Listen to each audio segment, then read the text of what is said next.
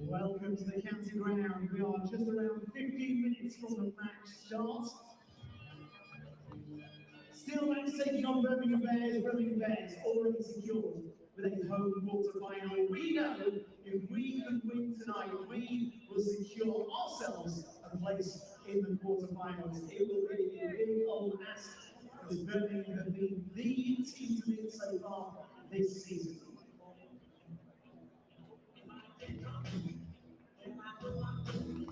Next up on the Steelbacks jukebox, this is the Gavin from Lisa, 500 miles.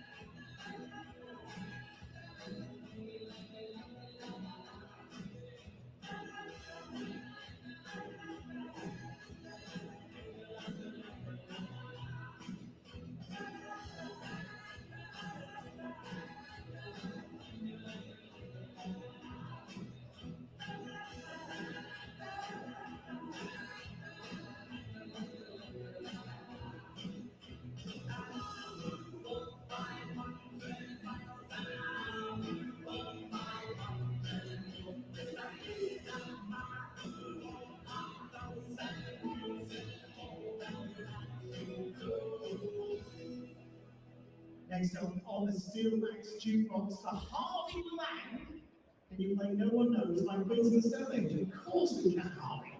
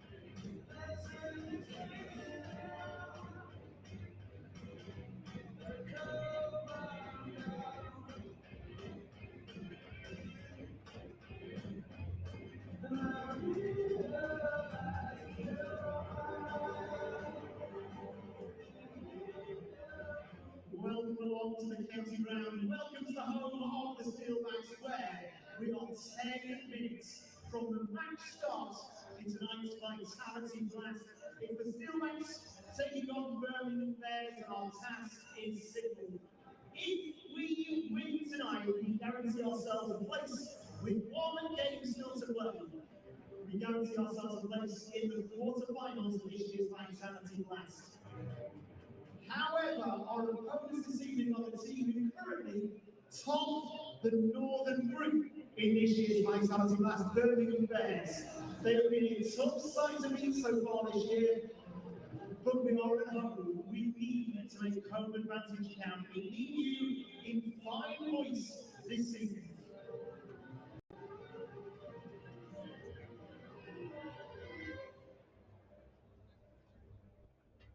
We want the county ground to be a welcoming place for all of our players, coaches, staff and supporters. As a club, we stand against all forms of discrimination, and there is no place for it in our game. We are dedicated to raising the game, so if you witness it, challenge it, call it out. If you need any assistance or have a concern, you can text us on 07 443 822 329. That's 07 443 822 329.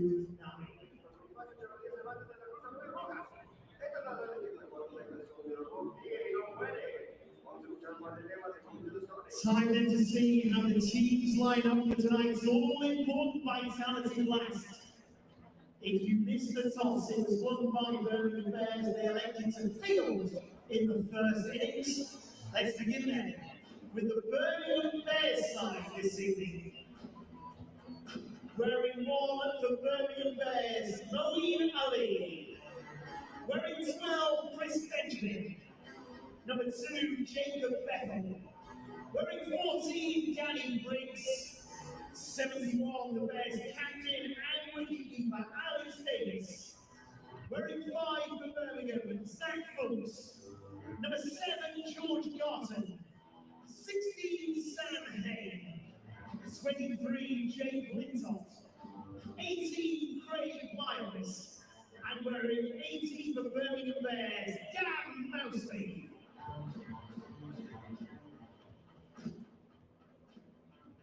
And now, this is our Northern Steelbacks lineup.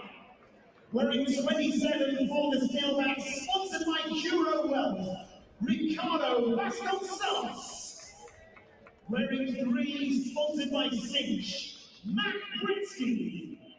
Wearing 23, the Steelbacks captain, sponsored by Colsey, David Willie. Wearing 25, Ravi Gopara. Wearing 18, sponsored by Country Lion, Save Save. Wearing 46, sponsored by Cinch, Ashton Agar. 15, sponsored by House of Kamali, the Steelbacks wicketkeeper, Lewis McManus. Wearing 24, Gus Miller. Wearing 26, sponsored by Wentworth Alexander, Ben Sanderson. Wearing 18, Freddie Helrich. And wearing 9, Jack White. Our scorers for Birmingham Bears, Mel Smith, and for the Steelbacks, Frederick scoring in the test match and Lords in the week, Terry Owen. Our match umpires are Paul Pollard and Chris Watts, and the match referee, Peter Such.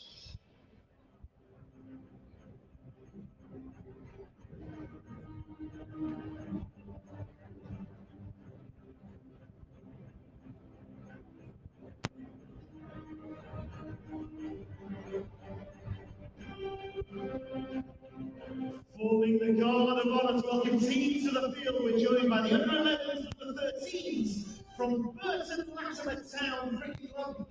Burton Latimer just won their respective leagues. Congratulations to Burton Latimer Town on guard of honour for tonight.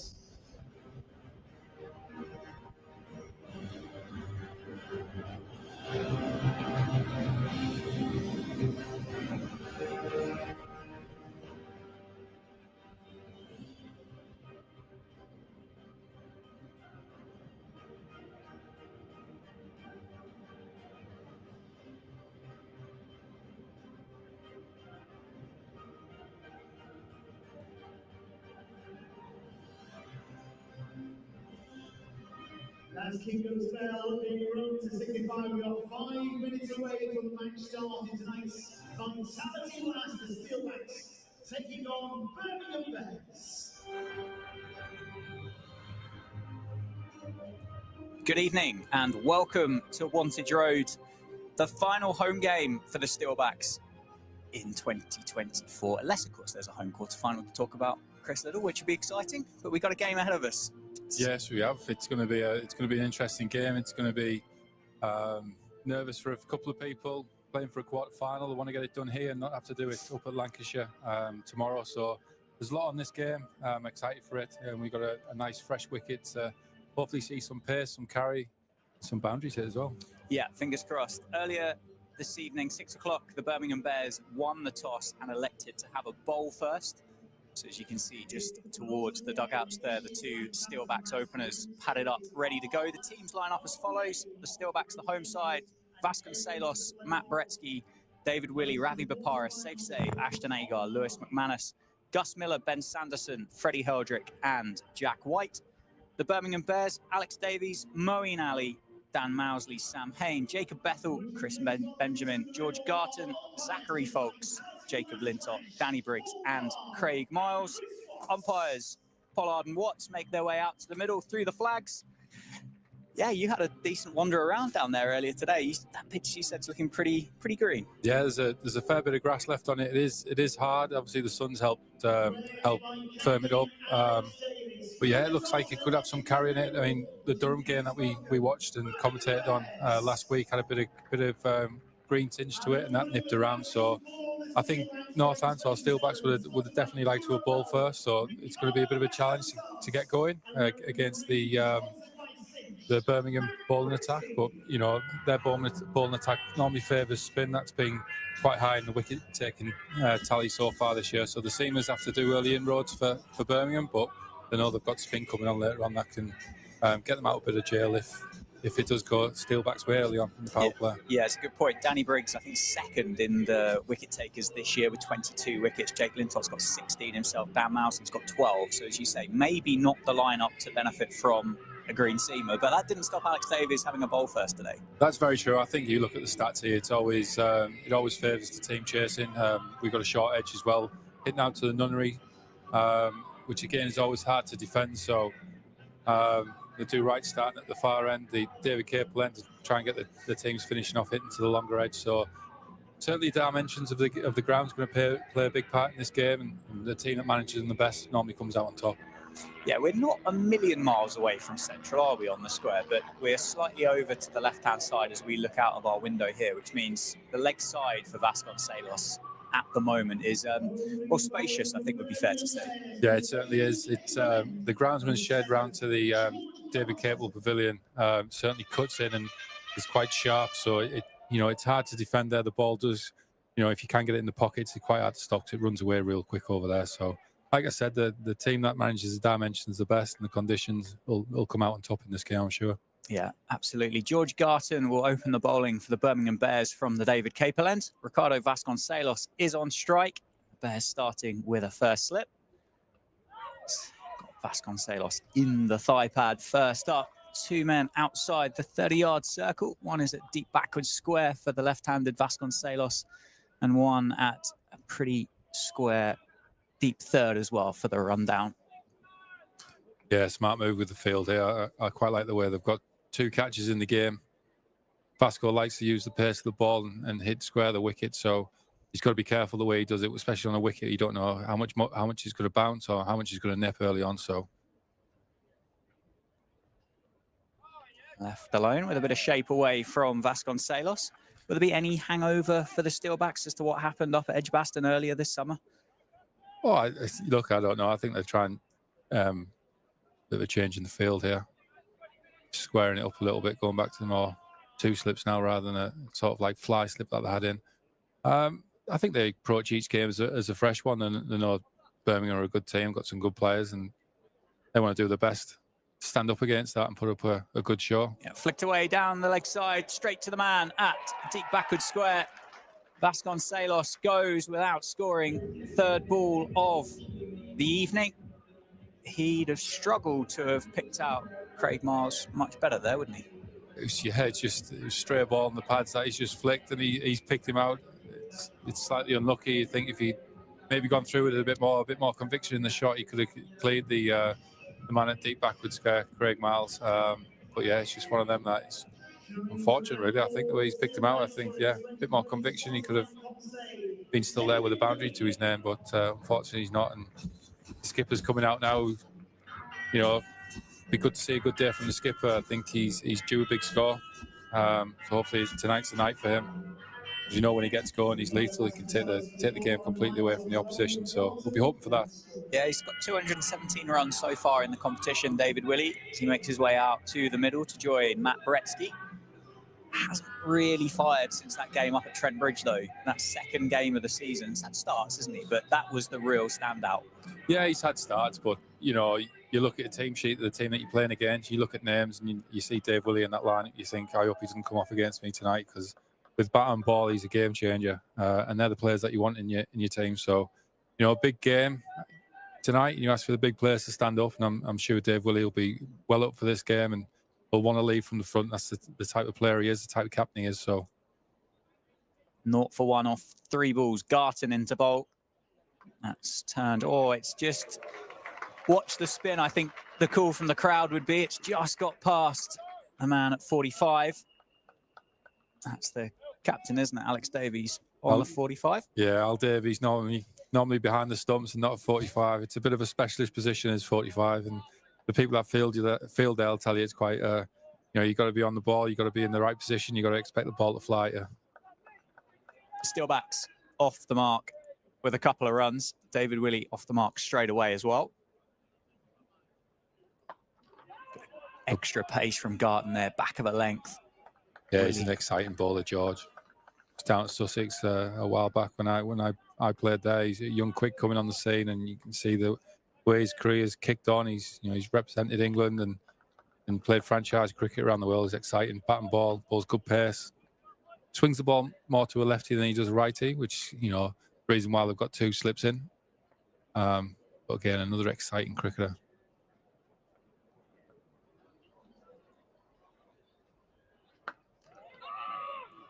Good decision there from Matt Bretsky to turn his captain back. He was looking for the single to keep the strike. 2 for 1 then after the first over. The wicket to fall was the opener, Ricardo Vasconcelos, having faced 3 balls before lofting one down to deep backward square. Craig Miles with a bit of catching practice. Didn't really have to move. And Garton with the early breakthrough. 2 for 1 off the first. The sun is shining. Plenty of people in tonight as well. It's a beautiful day in Northampton, isn't it? I was driving into the ground. There was people queuing to get in, and it's a great sign to see. 2020 cricket's played really well here, supported really well. Absolutely. Zach Folkes, the new man, or the man to take the new ball from the Lynn Wilson centre ends. Matt Bretsky, Northampton's leading run scorer in the competition in 2024 on strike. Back to the 1 slip for the Bears. That's turned into the leg side. They'll look for a couple. I think they'll settle on 1. So Dave Willey back at the business ends. New Zealand international, Zach Folkes. So I'm not going to throw you under the bus because we spoke about this before we came on air. So I suspect you'll be kind of peering over the desk here and having a good look at. Yeah, just looking at the stats you got there. It's been a tough one, hasn't it, for Birmingham? Losing Gleeson early on, obviously joined from Lancs and made an immediate impact down at Birmingham, bowling good pace, and then obviously Hassan Ali, who's been replaced by Folkes. So you know that. The wicket-taking department for the seamers has mainly been by George Garton. I know Craig Miles is back into the team, and he's an exciting cricketer with some real good skills when it comes to the white ball stuff. And he was part of the Superchargers franchise in the 100 last year because of how well he went in T20 cricket. So they've got some fantastic players. It's going to be a good game of cricket tonight. We're going to see some high tempo in the field from Birmingham, the way they throw themselves around, the pace they do things at. So, and that's why they've qualified early in this competition, because of the way they play the game. Yeah, top of the table, the Birmingham Bears. 2 slips now for Folkes. And that's Guided nicely down to deep third. The outside half of the bat by David Willey. Northants batters change ends. Yeah, 18 points after 12 games for the Bears. Already qualified. Just a little bit of kind of mathematics, isn't it, to secure that home quarter-final, but you'd say that's pretty much done and dusted as well. Yeah, they definitely won a home quarter-final. They play good cricket there. It's a great place to play cricket as well as Edgbaston. That's why the finals day is always pumping there, and good crowds and always a good wicket. So 2 men outside the 30-yard circle, square of the wicket. That one left alone by Matt Bretsky. There's good carry in the wicket, isn't there? We can see that with the green grasses, just keeping that pace and that bounce in. There's a bit of nibble, which we expect early on. Again, the ground staff have done a superb job on the amount of cricket they've had going on here. They've had the Legends games going on here, and you know the time they get to spend on the grass and preparing wickets always quite hard when there's games of cricket going on, which that's what a groundsman will tell you. Good pace from Zach Folkes. Bretsky rides the bounce, drops it into the leg side, gets the single. Very good start, as you'd kind of expect really on this pitch from Birmingham. They've not really kind of given Northants many options to score, and Northants, the openers or the batters 1, 2 and 3, have been pretty watchful. Yeah, that's it. I think watchful's the right way to sum it up, really. I think, you know, look back to the Durham game, they had to be a bit watchful and get the pace of the wicket and almost take the shine off the ball a little bit. And oh, that'll help. That looked like a change of pace from Zach Folkes. The line wasn't right, and it got the outside half of Dave Willey's pads. Beats the diving Chris Benjamin with the gloves and runs down for the first boundary of the evening. Leg by signalled.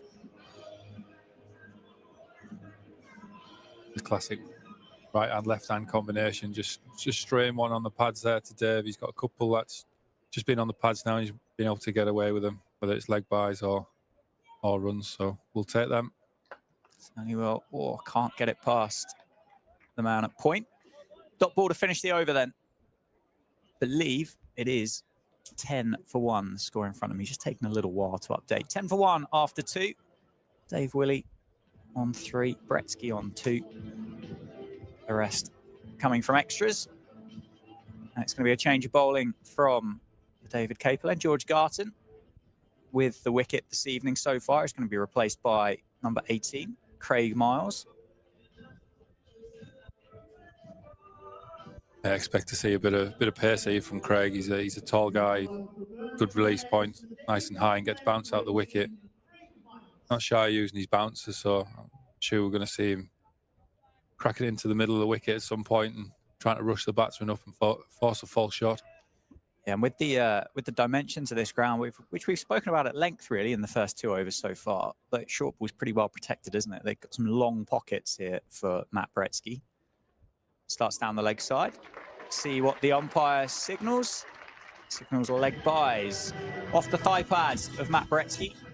Second boundary of the evening, second of which have come off the pads. Thigh pads are going well so far in this game. Good middle on him, haven't they?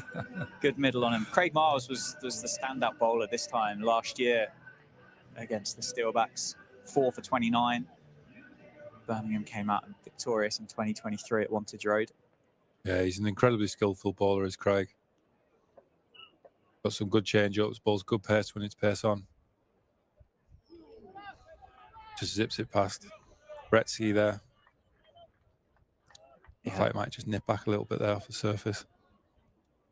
Reaction, wasn't it, of just being a bit beaten for pace. I suppose this is going to be a matchup that Bretsky's only possibly come up against earlier this season. Hasn't really faced a lot of Craig Miles, I wouldn't imagine.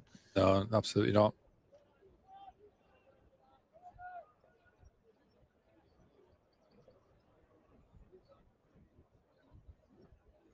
There is that short ball, not timed by Matt Bretsky. Half stopped by Moeen Ali. Stopped well enough to make sure that it was only a single. Bretsky had a cursory glance for a second, but Moeen reacted quick enough. Wouldn't surprise me if Craig goes for an early bounce here to Dave, having to make him hit out to the longer edge. Use his bumper early against him. Still that one man down at deep square leg. He's still got 2 slips in though, so maybe he's thinking still enough in the wicket with a new ball to nick it. Dave Woolley covers that one up, defends it down the grounds. So Moeen Ali, it's been a watchful start, hasn't it? 15 for 1. It has. I'm thinking that there must be ticking now to think we've got to get, some pressure back onto the Warwickshire bowlers, knowing that the spin's going to come on as well, and they've taken so many wickets with spin this year. They want to try and utilise the pace on the ball as much as possible.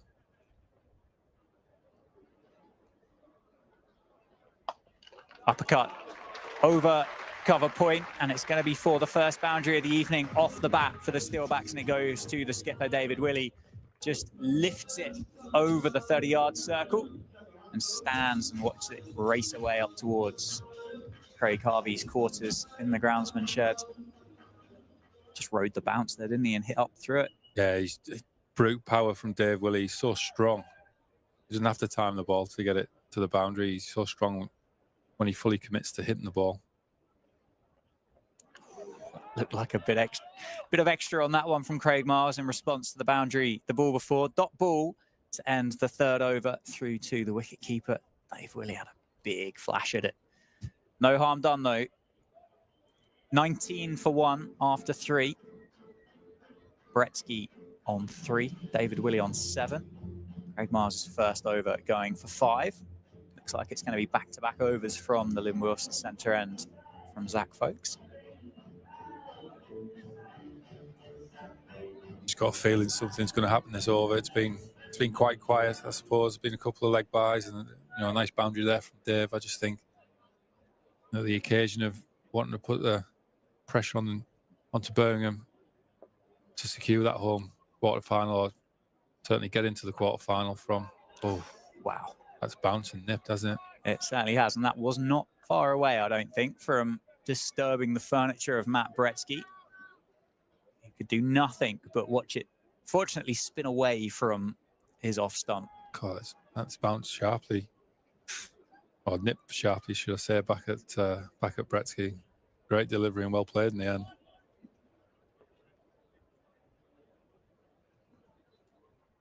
It's a short ball down the leg side. It's going to be a no ball, in fact. Signalled by the umpire at square leg. Extra 1 to the tally for the Steelbacks and 1 for the over, signalled by the umpire. Obviously, it's a green pitch. It's got a bit of bounce. It's got a bit of nip about it. It will swing around here at Wantage Road. What benefit will the spinners get? Obviously, they're high skill for the Bears. Solid defence from Bretsky. They're going to take on Moeen. They get through for a single. Yeah, there might just be a bit of skid in there, a bit of two-paceness for the spinners. Danny Briggs, he's going to be tough to play. The wicket was dry and spinning, or it's green and nipping around a bit. He's going to be tough because he's a class act, and he's done it for many a team and for many a years. His wicket tallies through the roof in T20 cricket, so he's going to be a danger on this wicket. I think it certainly should have a little bit in there for the spin. Big appeal for OEW. Big inside edge, surely. Yeah. Big noise through the effects mic. Another run added to the tally. David Woolley coming through for the single. 23 for 1 now. Think back to previous years bowling here. It's always been tough for spin to bowl from the far end, the David Capel end, just because of the size of the boundary on the leg side. So, like I said, it'll be interesting to see who does bowl from there. I can see Lintop bowling that top end with him being a leg spinner and being able to take it both ways. Nice shot by Matt Bretsky. It's gone through Moeen Ali with a cheer from the crowd that have made their way in. It's going to allow Bretsky to come back for a third. David Woolley got running to the danger ends. Well run. Well responded to the misfield. A couple of times this evening, Moeen Ali hasn't looked at his sharpest in the outfield.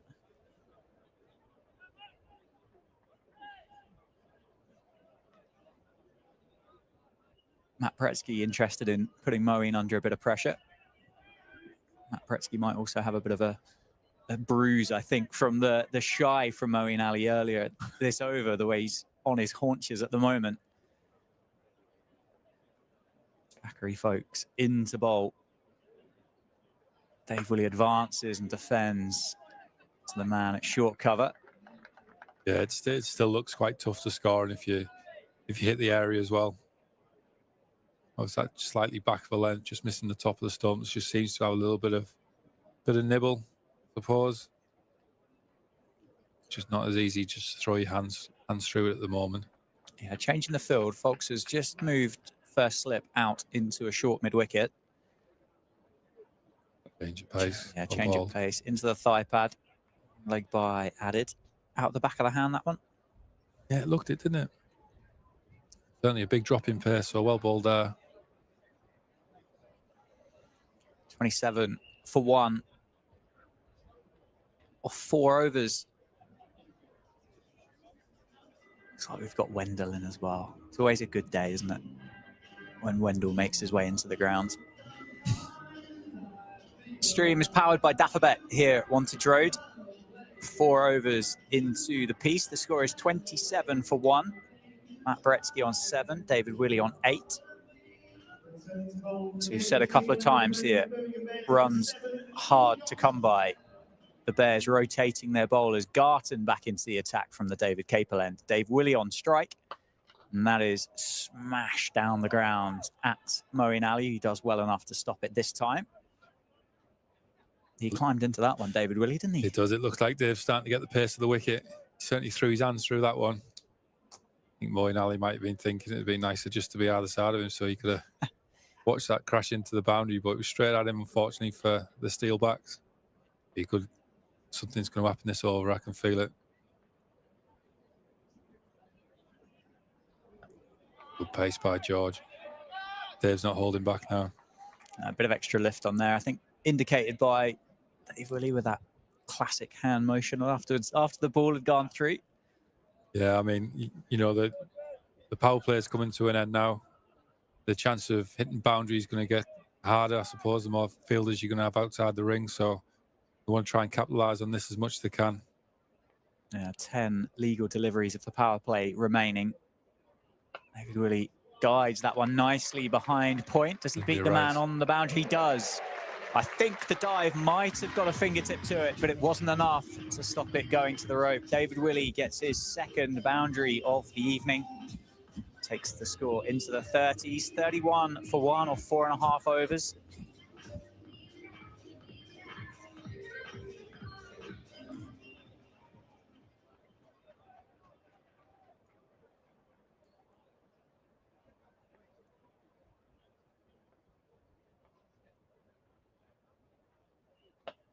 Yorker from Garton, which Dave Woolley can't get through that 30-yard circle on the offside. You see Al Davies just there, down at 45. He's obviously not got the gloves because a bit of a broken finger, I think he's got, or some sort of, one of his fingers got a bit of damage to it. So he's just rallying the troops and just getting his angles right down at 45 here. Obviously, the dimensions of the ground are different in certain parts of it, so angles will be important. Good change of pace from Gart's there, back of the hand. Oh, what a delivery that was.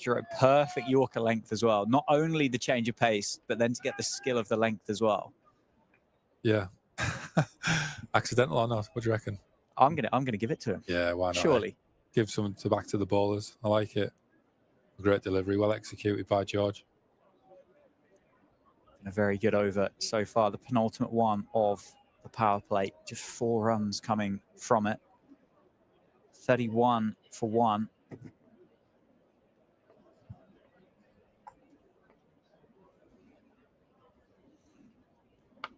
That one played nicely, but straight at the man at point. End of the over. 5 overs then complete here at Wantage Road.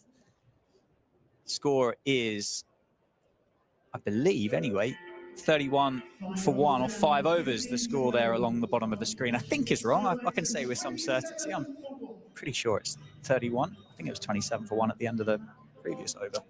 Well, that's got the boundary on there, has it, George? It's got going down to maiden. Well bowled, George got him.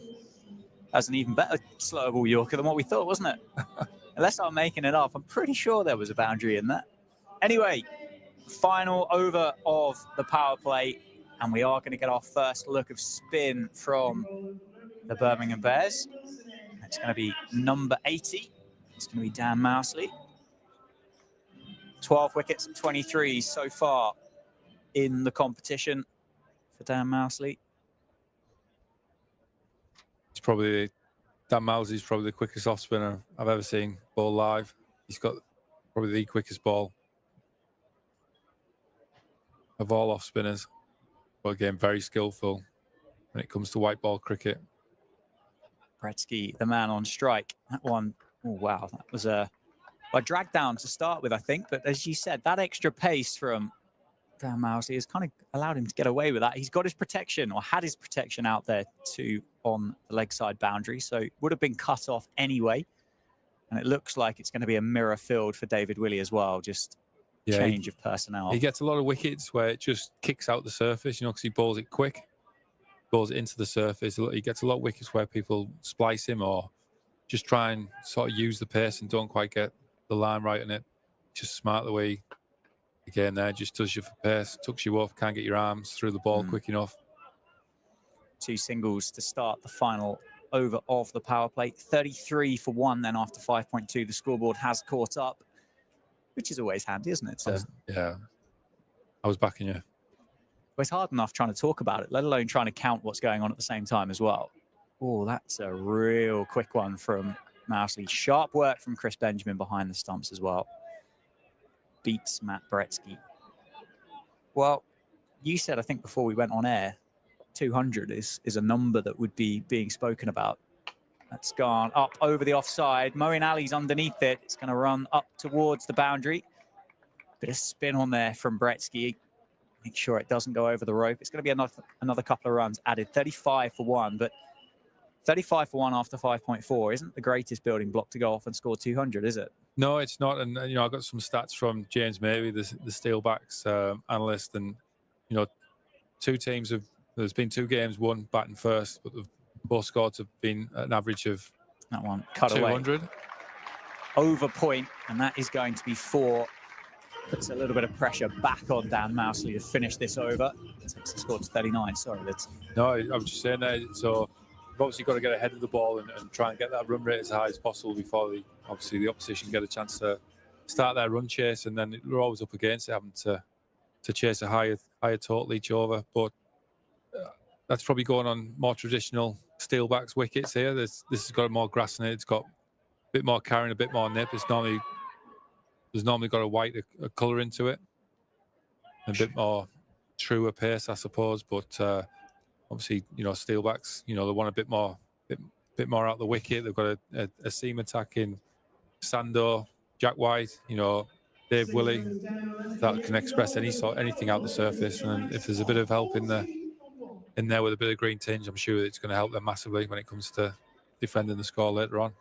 That is the power play. 40 for 1, the Steelbacks, having been asked to bat first here by Alex Davies and the Birmingham Bears. Matt Bretsky on 14, David Willey on 13. It's going to be spin from both ends then. Danny Briggs into the attack from the David Capel end.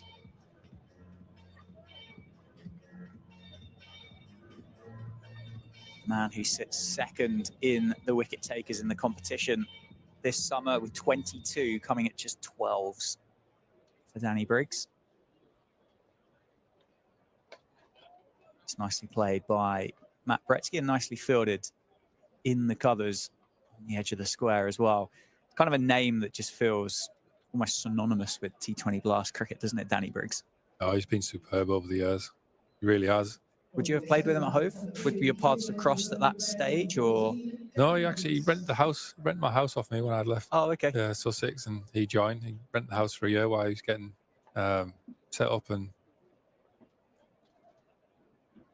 slog sweep from David Willey. He's not got anywhere near enough of it. It's gone high. There's a man underneath it, and it's really, really well taken.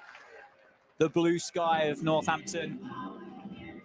That was not an issue for the man underneath that. That hung in the air for an age. It was, yeah. Craig Miles done a great job there, getting himself steady and getting under the ball. Blue sky's never easy to catch under, but he got himself in a great position. He took another superb catch. He's second of the night. So, yeah, they say get your best fielders in the hot spots, and he's certainly been in that tonight so far, Craig. Yeah, he's been on the receiving end of both of those catches, the 2 wickets that have fallen for the Steelbacks so far. David Woody goes for 13. That's 20 deliveries, 2 fours. And that partnership broken, which was worth 41 off 35 deliveries. And the new man at number 4 for the Steelbacks is Safe Sabe. Northants consciously sticking with this left-hand, right-hand combination for as long as they possibly can. Definitely. I think it's a great call. I think you just want to be able to attack the shorter edge as much as you can. And obviously, right, left, you got to go at it from each end. So I think it's a good move. Ravi's on the cards coming next, I suppose. But you know, he can come in at whatever stage, Ravi, and change a game. He's done it for years. Danny Briggs into the attack straight away, makes an impact straight away for the Bears. Safe Sabe off the mark, first ball of his innings. Safe's a superb player of spin as well, and if we're looking at, you know, Birmingham are going to hit the Steelbacks now with the spinners, which have been so good for them over the course of the T20 campaign, and I think Safe's a good call to get him in, the way he sweeps, manoeuvres the ball well. Nicely timed by Matt Bretsky, but can't get it past the diving Danny Briggs off his own bowling. Bretsky now having faced 17 deliveries for the 16 runs. Place on from Briggs, worked into the leg side, down so long on for the single. 1 ball left of the over. Just 3 runs conceded so far, with the wicket of David Willey as well, going for that big slog sweep down towards that long leg side boundary. Safe Sabe advances, guides it past point for a single, and we'll keep the strike. So 4 runs off the 7th over.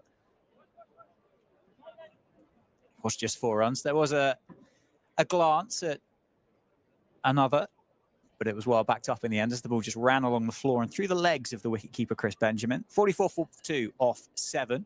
And I think, judging by RFX, Mike, which has turned quite a long way up, there'll be a fair few people in the ground at the moment that'll just be a little bit panicky that the Steelbacks haven't got the number where they think they should be right now. Yeah, it's just gone a bit quiet. I think Birmingham bringing Craig Miles back into the attack. I think they'll want to try and up the tempo a little bit. Obviously, Safe will want to get in as quick as he can and get the tempo going. That's how he plays. He'll hit it to some funky areas, I suppose, the way he flicks it and gets it behind square and uses the pace and angles really well. So hopefully he can ignite the crowd and get some more cheers going and get the crowd behind the Steelbacks. Down the leg side. So that will help. That'll be another one added to the tally for the Steelbacks. Safe will be disappointed he missed out with that one.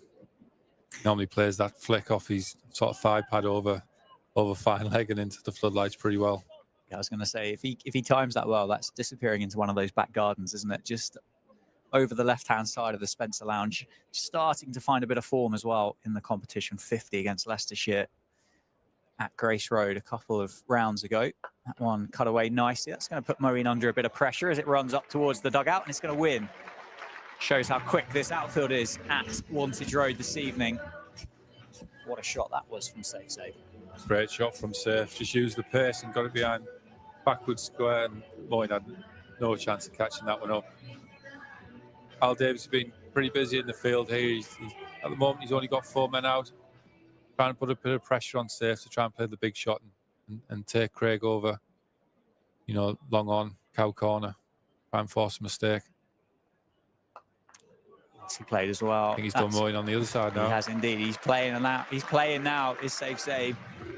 That one beats Moeen Ali on his right-hand side. Back-to-back boundaries for Safe Sabe. Craig Miles coming back into the attack. You just spoke up Safe Sabe with his ability to play spin.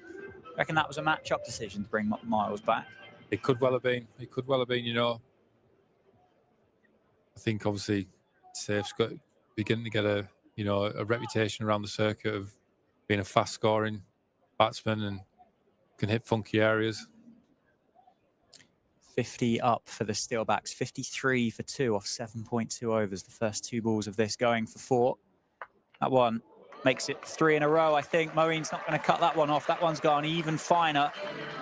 One maybe didn't have as much control over it as the 2 before that, but it's back back-to-back fours for the Steelbacks. Craig just changing his angle of approach now. He's just coming round the wicket, trying to take that shot out of safe scoring zones. And, they've gone for more defensive field now, so they've got 5 out and Cow's gone back. Wouldn't surprise if I see a bit of a change in pace here from Craig. Pace on, wasn't it? But nicely played by Save. Who's going to run the first one hard, as you should. Have a look if there's a second, which there wasn't. So it's going to be just a single. Good start to the innings for Safe. Bretsky now on strike. Just adds another bit of complication, doesn't it? With that left hand, right hand, you can see out the window here, Lids, that it's taking Birmingham just a little bit longer to get that field set. Yeah, just get people in the right place here. There's a few people running here, there, and everywhere, but we look like we've finally got a set field here with 3 on the leg and 2 on the offside. Bretsky turns that one through square leg. We'll have a look for a second, but isn't going to get it. It's good over for the Steelbacks. Continues, runs being scored off every delivery. Alex Davis obviously done a fantastic job with this side throughout the campaign so far. Top of the league, as we said, with 18 points, or top of the group, so to speak. But captaining a side from fine leg or deep third probably isn't the easiest thing to do, is it? No, I've not seen many do it from down there, and I'm sure he's got a few leaders that are inside the 30-yard circle, just helping with angles and stuff. I suppose I was just having to call the shots on, who's going to come on and bowl and sort of what the plans are, and then sort of leave the bowlers to it and let them get on with it. And Chris Benjamin's looked quite busy behind the stumps, making sure people are in the right place. So it's always a good sign of a good team if you've got good leaders out there. And, there's obviously no ego in Al Davies there. He's happy to go down to fine leg off 45 and trust his players to do the job. Yeah, absolutely. Well, 8 overs complete now at Wantage Road. 60 for 2 the score. Good over for the Steelbacks. 16 runs coming from it. Most of those coming off the bat of Safe. Danny Briggs continues from the David Capel end. I think they needed that, didn't they? They needed that over there just to ignite a bit. Yeah, it will be interesting with the way that these two teams are lined up and matched up against one another, with the seam bowling options that the Steelbacks have got. Nicely played by Zay, well adjusted by Danny Briggs as well, who I think probably just saw Safe advance at him and dropped it a little bit shorter. That if there is that little bit of extra bounce or carry or movement that we saw early on from George Garton, Craig Miles, Zachary Folks as well, with Jack White, Sanderson, Dave Willey, Gus Miller, another seam option, could the balance of the side maybe make an impact with the ball? I think they've certainly set it up that way, with Jack being in the team for one, really. I think, if there's any sort of lateral movement or any sort of bounce to get out of a wicket, he's normally one that's, extracts that. That's why he's so good in championship cricket. I think obviously different kettle of fish when someone's run at you and try to whack you over your head. So short of ball from edge. Danny Briggs. It's not going to carry to Alex Davis, which fortunate for the Steelbacks. Wasn't in control, was it, by Safe? Just indicating to his partner Bretsky that just bounced a bit more than what he thought. But I'd argue and say that Briggs probably dropped that one a little bit shorter and probably bounced as you'd expect it to, I think. Yeah, I'd say so. I think he's a canny bowler, as Briggs. He'll be changing the pace a little bit. He'll trying to trap you on the crease, going back and cutting him, do you on the inside like that. So he's that's why he's been one of the best in England for so long. He reads the game so well and conditions well. I think looking at the Birmingham team, that the depth of their batting lineup, I think the Steelbacks have to really be on it here with the ball in terms of how we're going to restrict them. Because Danny Briggs coming in at 10, who's got a championship 100, I believe. Craig Miles, who's got runs as well. He's carded coming in number 11. So 6 over extra cover there from Safe side. Fantastic cricket shot. Good way to finish the over, wasn't it? Rounds it up to a nice 10 off the over. It's been golf. It's been a fade on that, wasn't it? As it just flew down towards the Memsab tent and the coffee van. First 6 of the night, 70 for 2 after 9.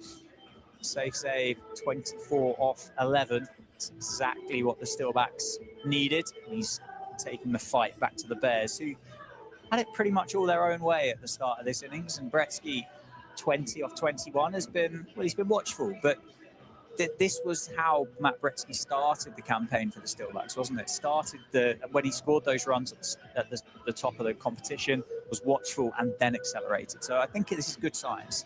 Yeah, definitely. I think obviously it's probably not the depth of batting which you'd sort of want in terms of being able to just go out all out attack and for the Steelbacks. So you've got to rely on your big players, your big hitters to still be a bit watchful and constructing innings. Jake Lintott into the attack for the first time this evening. Nice flight on that from the wrist spinner and worked into the leg side for just a single. Save now has that short leg side boundary to play with, if given the chance from Lintott. I'm sure we'll be seeing some sweep shots this over from safe save. It's a wrist spinner. Not a great deal of protection down there, but you could argue and say it's so short that it wouldn't matter a great deal. There's just two men, isn't there? Moeen Ali on the 45 and then another down at deep backward square. And there is that sweep. It's gone in front of square and it's going to beat that man at deep backwards. And it's going to be another boundary for save.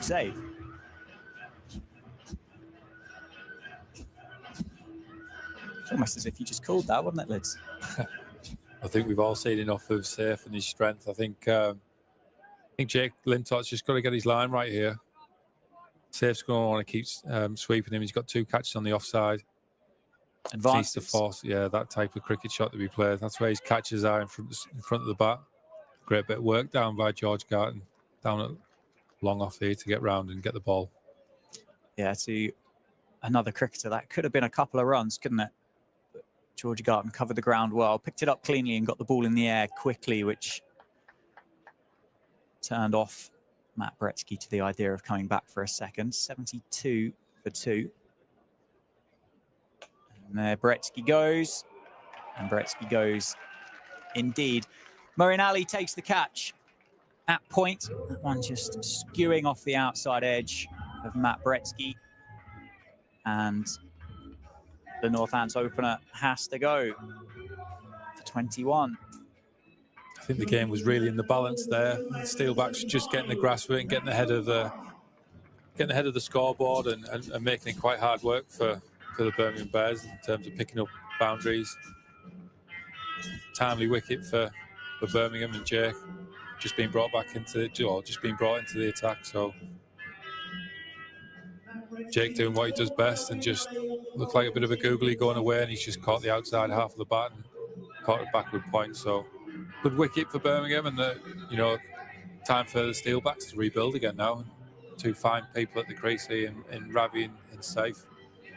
Yeah, Matt Bretsky was the leading run scorer for the Steelbacks in the competition, so the Bears will be delighted to see the back of the South Africans. He makes his way up the steps, and as you say, Ravi Bopara, the new man for the Steelbacks, that left-hand, right-hand combination continuing down the batting lineup for the home side, and Bopara gets off the mark straight away. Sorry, I was going to say he's great to watch, isn't he, Ravi? Just very cool, very calm.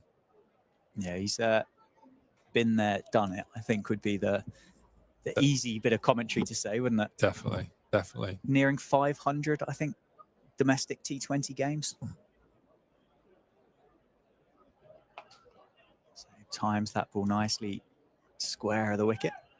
Just going to be one. Craig Miles down there doing the fielding again. End of the over as well. Successful over for the Bears and Jake Lintott. It'll take just a little while for that to catch up. 77 for 3. 78 for 3 after 10 overs. Halfway stage then. And I would say Northants, having only been 3 down, not the worst situation to be in, but only 78 runs on the board. I'd say against this Bears lineup, they'd be thinking they're a little bit light. Yeah, I think so. Again, Warwickshire bat so deep, it's going to be a tough call. It's going to be a tough challenge for the Steelbacks bowlers to restrict them. But there's still something in that wicket. They've got the bowlers in the lineup there to extract some going to be a good challenge. It's going to be a good game of cricket, this. Change of ends for Dan Mousley, replacing Danny Briggs from the David Capel end. Zabe turns that one into the leg side. We'll look for a couple. Ravi Bopara says no. Bit of a mismatch in pace over the 22 yards, I think, between Safe Zabe and Ravi Bopara at the moment. I think Ravi will be claiming that he's reading the game really well and he didn't need to push for the 2 on that one.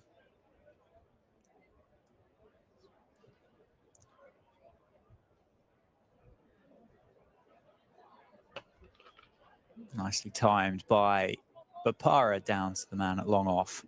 These two just feel like they've got the timing of this pitch just a little bit easier early doors compared to the 3 before. Definitely. I think obviously the shine's gone off that white ball now, so you know it might not be zipping across the surface as much, and it's a bit more truer off the grass.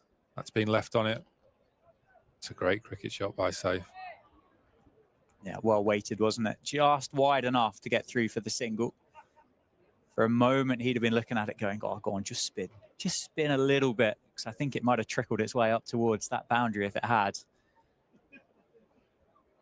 Right-handed Ravi Bopara on strike again. The Bears just getting that field right. You're right, Lids. It is Benjamin behind the stumps, making sure the players are where they should be. Bopara loads up for that short leg side boundary. Beaten for pace by Mousley. Just going to be the single. Good over for the Bears. Just 4 runs coming off those first 4 deliveries. And again, we wait for the Birmingham side to get into position. Safe Zabe advances, drops it into the leg side. We'll have a look for a couple again. Turned down, rightfully so, for the second. 5 off 5 then for Mousley. 83 for 3 off 10.5.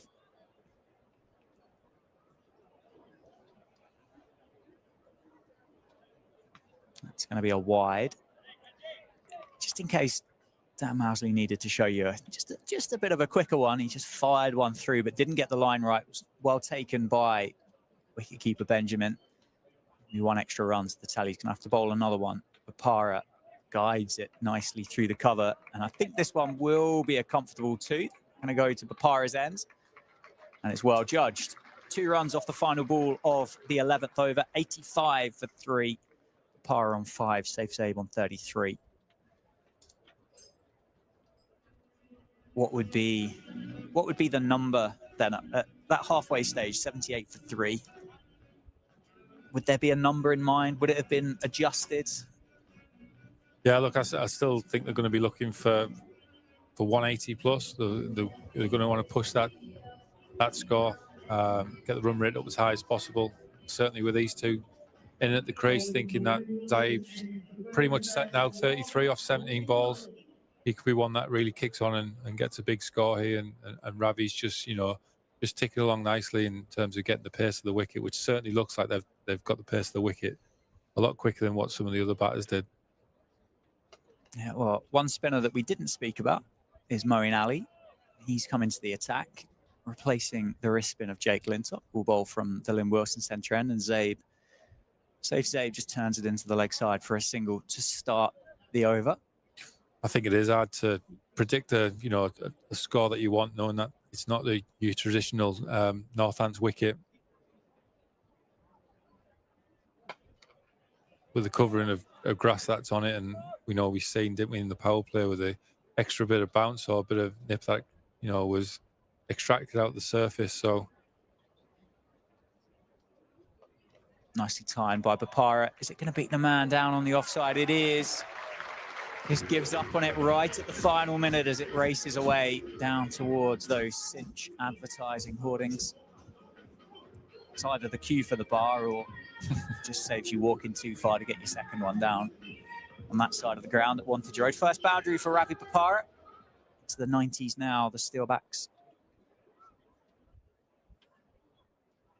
That one, uppercut, over cover. That's going to spin away. That's going to be back-to-back 4s for Bopara.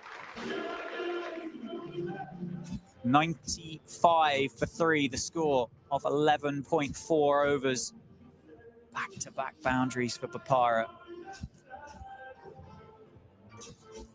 Such a big partnership for the Steelbacks here, these two. can properly take the game away from Birmingham here. Both good players of spin.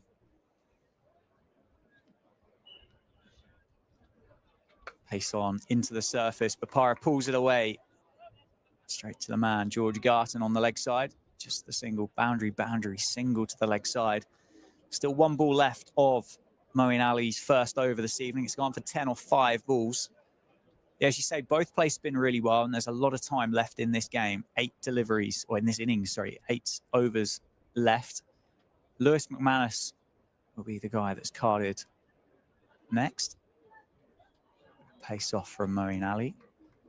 Leg by for Zabe, who will keep the strike. 11 runs off that first over then. 97 for 3 the score. Zabe 34, Bapara on 14. Sorry, I've completely forgotten about Ashton Agar. That's quite insulting of me, isn't it? Still to come in. Still carded to come in. Potentially next. I know if you want to go right, left, and where Lewis fits into that. So still plenty of power to come in the players that are left. With Lewis and Ashton. So big partnership for the Steelbacks, these two, and they've started really well. They've kept the scoreboard ticking over nicely. Danny Briggs back into the attack, starting his 3rd over. 1 for 14 off his opening 2. Places Dan Mousley. Save, picks up a single off the first ball of the 13th over. Yeah, how well did Lewis McManus finish that innings off down at Durham earlier this week? Just walked out 2 massive 6s off that Callum Parkinson over to get the Steelbacks over the line. Put them in contention, good contention for a quarter-final, which would be the first since 2020 for the Steelbacks if they were to get there. Yeah, that's it. I think it was COVID year when we were last in the quarterfinals down at Bristol. I think it was against Gloucester. And unfortunately, we came on the wrong end of that one. But Zabe advances. Sure. Zabe connects and gives the members a catch in the crowd. Has it been taken? That's the most important question. By the looks of it, no. Poor effort from one of the Northants members down in the Spencer Lounge, but the second 6 of the evening for Zabe brings up the 100 for the home side. 105 for 3 off 12.5 overs. This partnership building nicely. Zabe settling in well. It goes again and doesn't get it over. Adjusts well. Times it nicely to the man at mid-off. You've got an interesting field here. They've got no long off, but a fine leg to Danny Briggs because of the way Safe plays and the areas he hits so well. They see that fine leg's a bit of a threat to spin the way he flicks it round. So they put him down as a catching area, but Safe's managed to go the other way and hit him straight over long off for, mid-off for 6. Just shows the skill that he's got at his disposal. Teams having to come up with slightly funky field to try and combat the way he plays, and he had an answer for that. Final ball of Danny Briggs is over. Pyra cuts it away, can't get it past the man at point. Got ball to finish then. Told me too many times you've seen a spinner ball with a fine leg.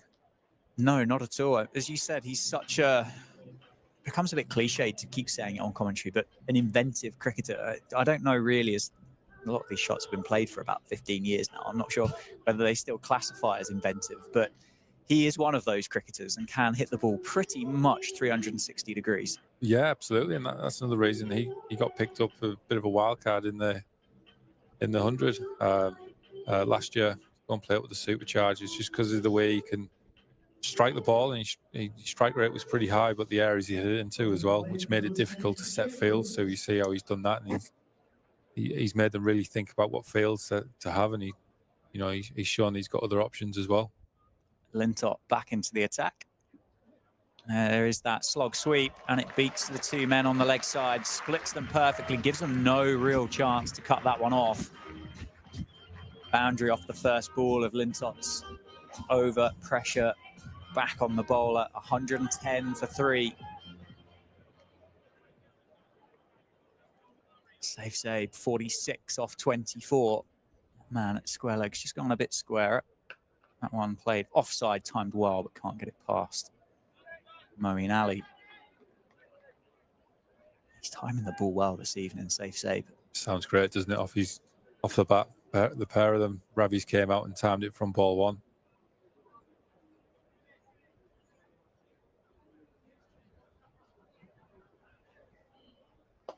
Safe advances, goes offside, going to put Garton under pressure, who can't cut it off down towards the covers.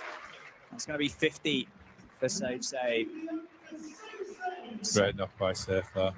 Second 50 of the campaign. 50 off 26 deliveries. 6 fours, 2 sixes.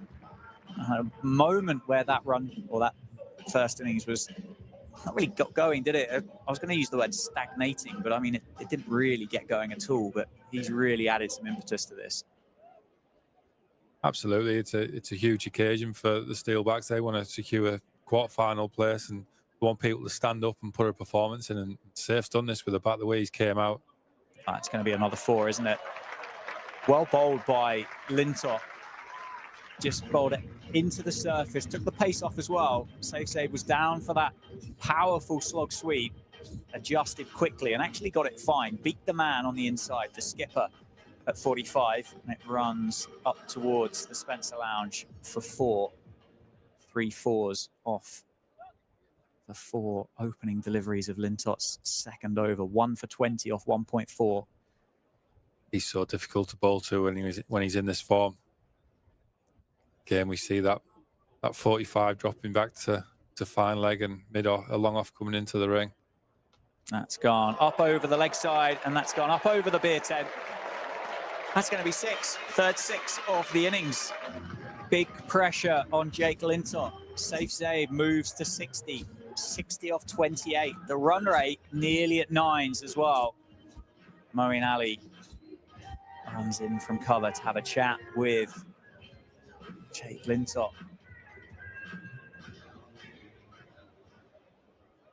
Can the wrist spinner get out of the over without any more damage?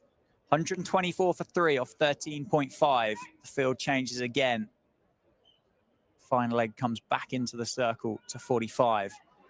Long off goes back. There's a bit of panic here for the Bears. There's a lot of people pointing, a lot of directions being given, taking a while to settle on the field. Save goes for the sweep again, and it's hidden outside off stump by Lintott. Well bowled to finish the over, but it was expensive. 18 runs coming from it. 18 runs of those going off the bat of Safe. 124 for 3 off 14. 6 overs to go. Well, that's changed the context of it slightly. Yeah, it's amazing what pressure does. Safe and Ravi have basically just put that pressure straight back on the bowling attack. And, you know, as you say, there've been a few conversations and field changes and what ball should I bowl. And it's amazing what it does to the mind of a bowler when they feel under pressure and they feel like they've got very small a margin for error when it comes to executing the deliveries they've got. Safe's been fantastic here, he really has. He has played a brilliant knock so far. Still with work to do. Mousley back into the attack. Oh, it's beaten Bopara for pace, isn't it? You can see the way they're set up here with three men behind square on the offside. That it's going to be quick. It's going to be full. You know, he's defending the top half of the ground. One into the pads. It's going to allow Bopara through for a leg bite. The first time this evening, then Bopara's just struggled to get the timing of the bowler.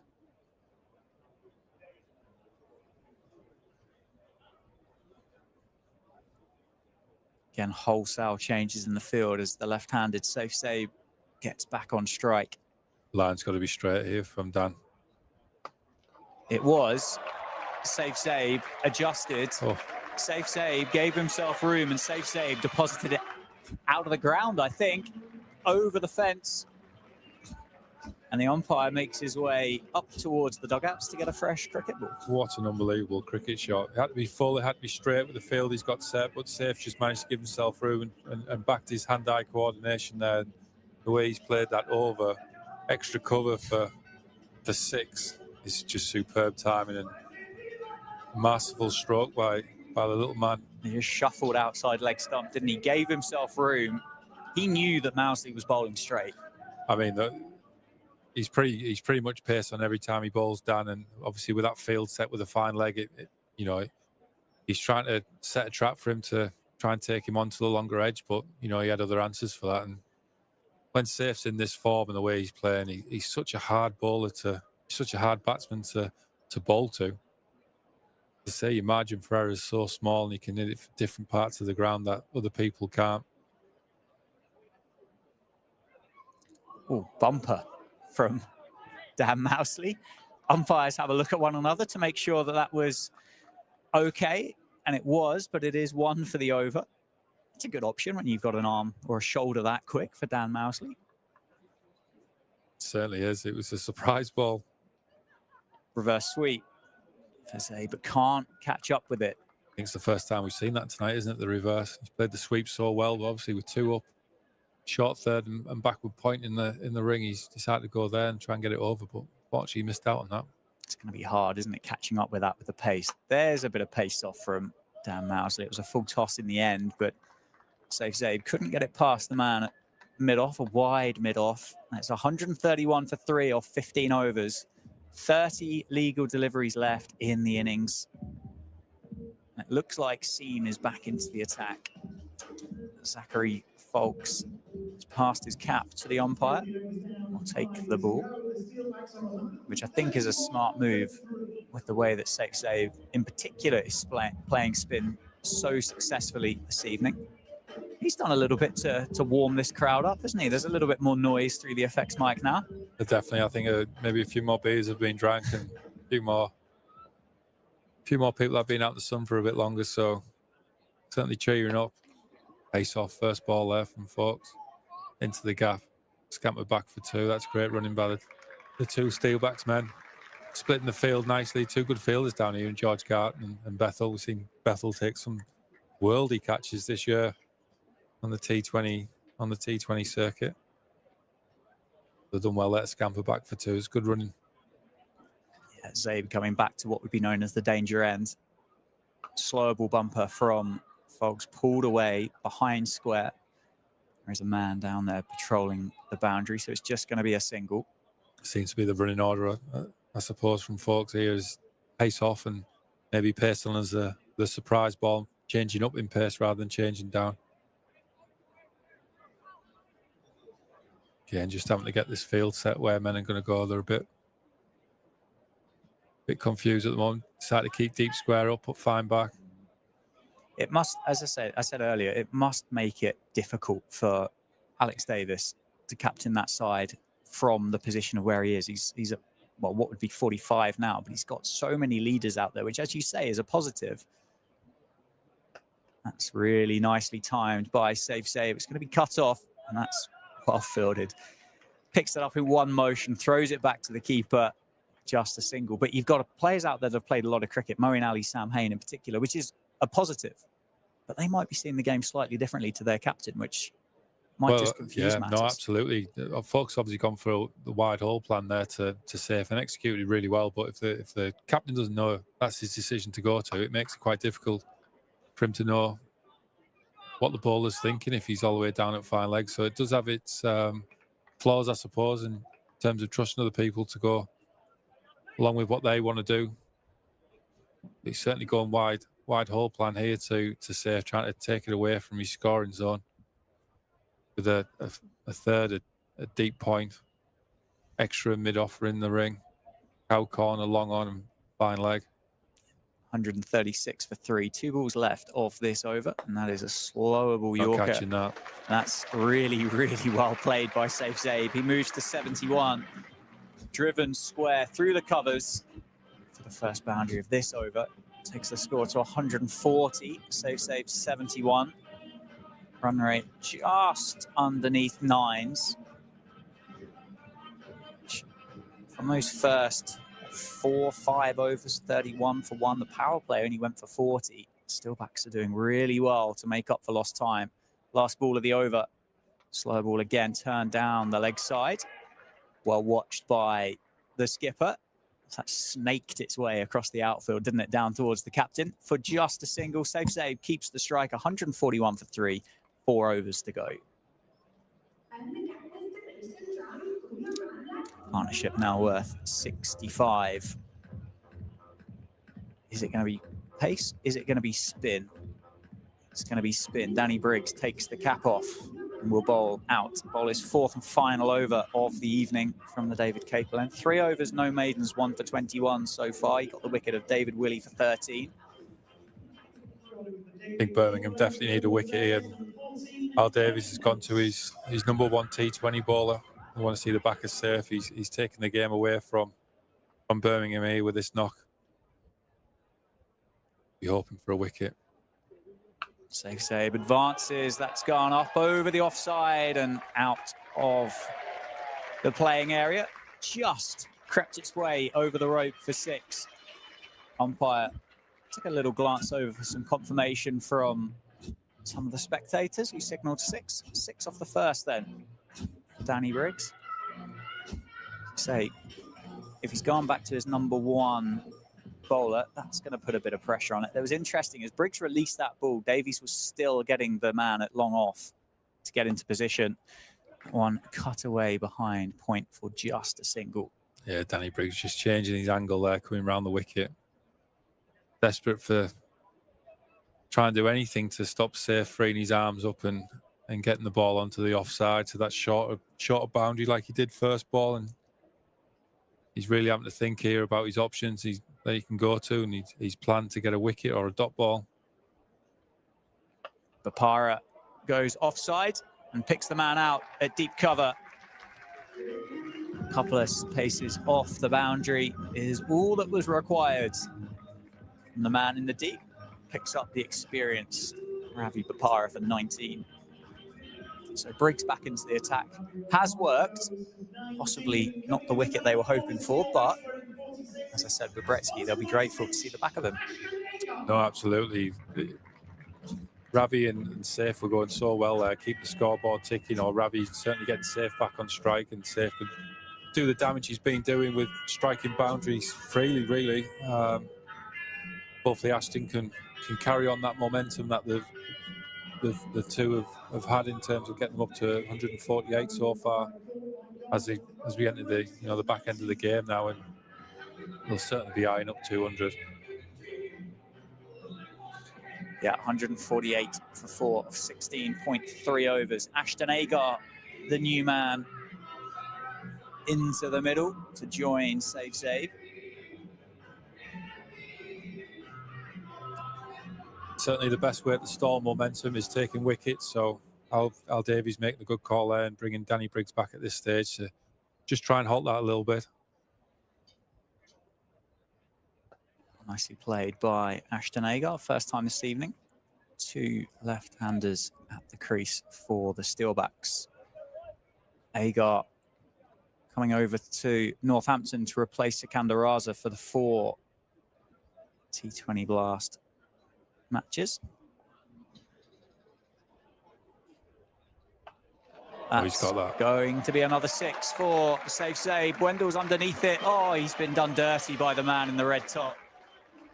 Just taken a little bit off it. Otherwise, I think with a diving catch, Wendell Pemberton would have been on the end of that one. But it's 150 up for the Steelbacks. Save. He put it all into that, didn't he, Wendell? It would have been a great diving catch. Save moves to 85. 155 for 4. Last ball of Briggs is over. Turns sensibly into the leg side for just a single. I don't know whether, sorry, I've just jumped in there. I just don't know whether Steelbacks have just missed it there. With Lewis is in good form. He's hitting the ball really well. Just keeping that right-left going for as long as possible with that short edge. I just don't know where. I know the running out of overs and stuff like that, and Ashton's an overseas player who can also take a ball and tackle part. Just maybe with current form and with the seamers coming back, whether we could have just kept that right and left going for a little bit longer. A bit of a free rein, really, for Lewis to go in there and just try and park everything he can to that short edge. Yeah, absolutely. Those that didn't watch that game up at Chesterley Street earlier in the week, Lewis McManus walked out to bat, faced 2 balls, hit 2 sixes to win the game. Ashton Agar batted 3 at Durham, scored 31 off 14 balls, 3 fours and 3 sixes. But I completely see your point with regards to that left-hand, right-hand combination that's been, well, pretty successful, hasn't it, throughout the course of the evening so far. Craig Miles back into the attack then. Save on 86. It's gone through and it's going to be signalled as wide with a puzzled look back from Craig Miles, which was greeted. Interesting delivery. It's flown through that one. Let's have another look at that. Yeah, he has moved across a bit, you know. Being a bowling coach as well, I'd be a bit annoyed by that from the umpire. I think you've got to give a bit of margin back to the bowler, but he's obviously set a wide field plan again. Carrying on a bit what Folks did, try and keep it out of his scoring zone. Yeah, that's the Yorker. It's gone straight up, and it's going to be caught at cover in the end. Safe Zabe goes for a brilliant 86 of 41 deliveries. He's gutted. He knew he had work left to do out in the middle, but that's a fantastic innings, and it's certainly put a bit of weight back in the Steelbacks camp, put a bit of pressure back on the Bears. Yeah, that's a fantastic knock-by save. 86 runs, 40 balls. He's certainly put Steelbacks in a great position in this game, in a game where the Steelbacks want to win, secure that quarter-final, not have to go up to Lancashire and having to win there. It'll be a tough ask to go up there and beat Lancashire the way they're playing cricket at the moment with the players that they've got. So he's done a great part in the first half of this game and supporting Steelbacks in a good position. But credit's got to go to Craig Miles there, that, you know, he's having to come on against an informed batter who's scoring freely. He's had to execute the plan. He's executed perfectly. Wasn't afraid by the first ball that was called wide to stick to that wide plan. He's bowled a perfect wide York, and he's got the rewards for it. So credit to Craig there. Showed his skill, showed his class. He's got the breakthrough Birmingham wanted. Yeah, well, it's not the way you wanted it, but we do now have that left-hand, right-hand combination at the crease again for the Steelbacks. McManus is the new man. That one timed nicely down into the leg side, and wow, starts with a 4. Flicks it off the hip, doesn't he? One bounce down towards the cinch stands. McManus off the mark straight away. So is that last 3 balls he's faced in the game? 6, 6, 4? They're the ones, yeah. He's doing all right so far. Lewis times the ball really well, especially anything towards his legs. He picks up so strong off his legs. 157 for 5. Well bowled by Miles. Well defended by McManus. 161 for 5, in fact. Yeah, I think as a bowling team, you want to eye up 2 fresh batsmen going into the last few overs, knowing that they actually haven't got the pace of the wicket, haven't got the pace of the bowling, haven't seen much, they're only going off information that's been sent back to the dugout and what's happening. Again, that's information that someone else is seeing, someone else feels, so they've got to make the adjustments pretty quick. Nicely played. Picked Behind up the pace square. there. It's a beautiful shot. Ducked underneath it, helped it round the corner. And his second boundary of the innings takes him to 8 off 3 balls, 165 for 5. Hagar on 1, McManus on 8. Yeah, it's a longer tail, isn't it? Gus Miller is the man that's carded next, and you'll know more than most that Gus Miller's a very, very capable cricketer with the bat. And then you go Ben Sanderson, Fred Heldrick, Jack White. Sando, he'll fancy himself as he gets in there. I think if I called Sando a tail ender, he wouldn't speak to me again. He's very capable. He loves his batting, Sando. Jack White loves his batting as well, but he only lets certain people throw to him in the net. So there's a trust thing with Jack when it comes to his training, especially with his batting. But yeah, look, Sando can hit a ball out of the park. He's shown it before. He loves his batting. He's brave enough to get down and do a scoop and take the pace bowlers on. But I say if you look at the depth of the 2 teams, you know, Birmingham is certainly stronger when it comes to the batting depth. That's why it's crucial that Steelbacks get a good score on the board here. That's going to force them to play big shots early on a wicket that might just offer a little bit with a new ball. And the Steelbacks are hoping they can make a few inroads with the power play. Yorker from Miles, well played by Agar. I think it's just going to be 1. No, Mousley's going to take on... McManus is going to take on Mousley and comes back for a second. Really well run, as you just said, Chris. 168 for 5 off 18. 2 overs to go. Agar on 3. McManus on 9.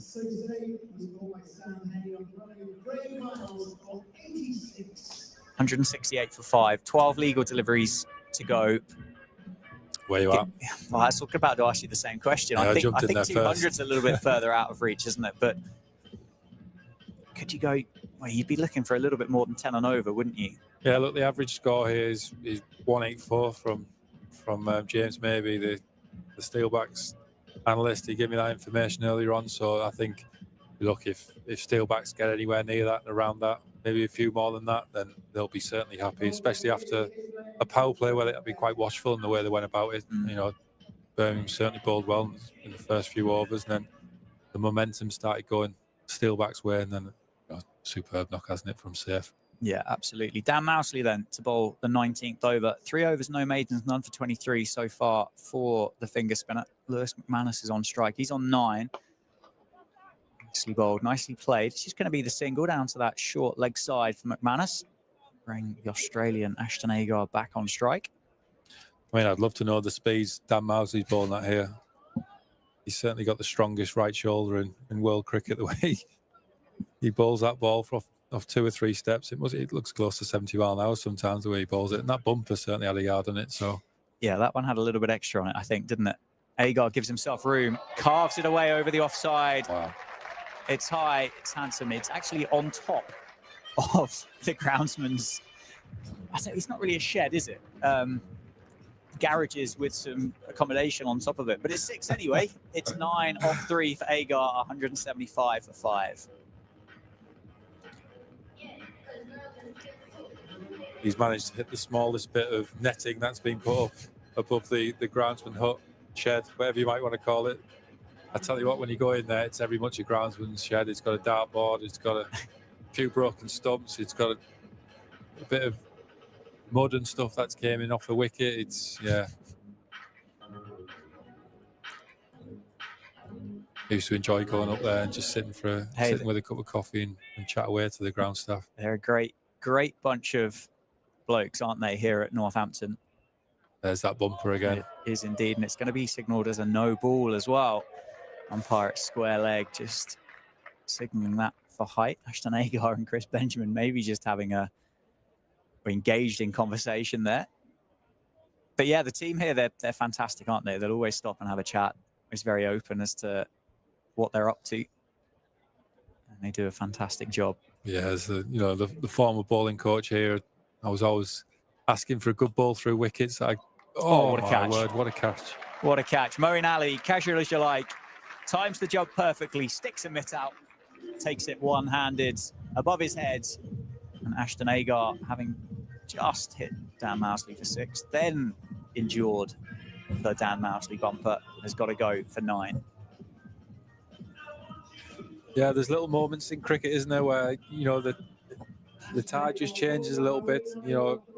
One stage Steelbacks were flying there with safe side, and then a couple of back-to-back wickets, and Birmingham, we thinking, you know what, we're going to restrict them to a score we feel comfortable to chase. Yeah, that moment there in particular as well. Yeah. Another centimetre on that's brushed the top of the fingertips and it's gone down for 4. Instead, yeah. Ashton Agar's making his way back off towards the pavilion. Just timed that jump so well, didn't he, Moeen? I mean, he's missed 2 through his legs when it's been on the ground, and he's pulled an absolute worldie out when it's been in the air. So it's a funny old game, cricket, sometimes. Gus Miller, new man, targets that short leg side, gets off the mark straight away, just gets the single.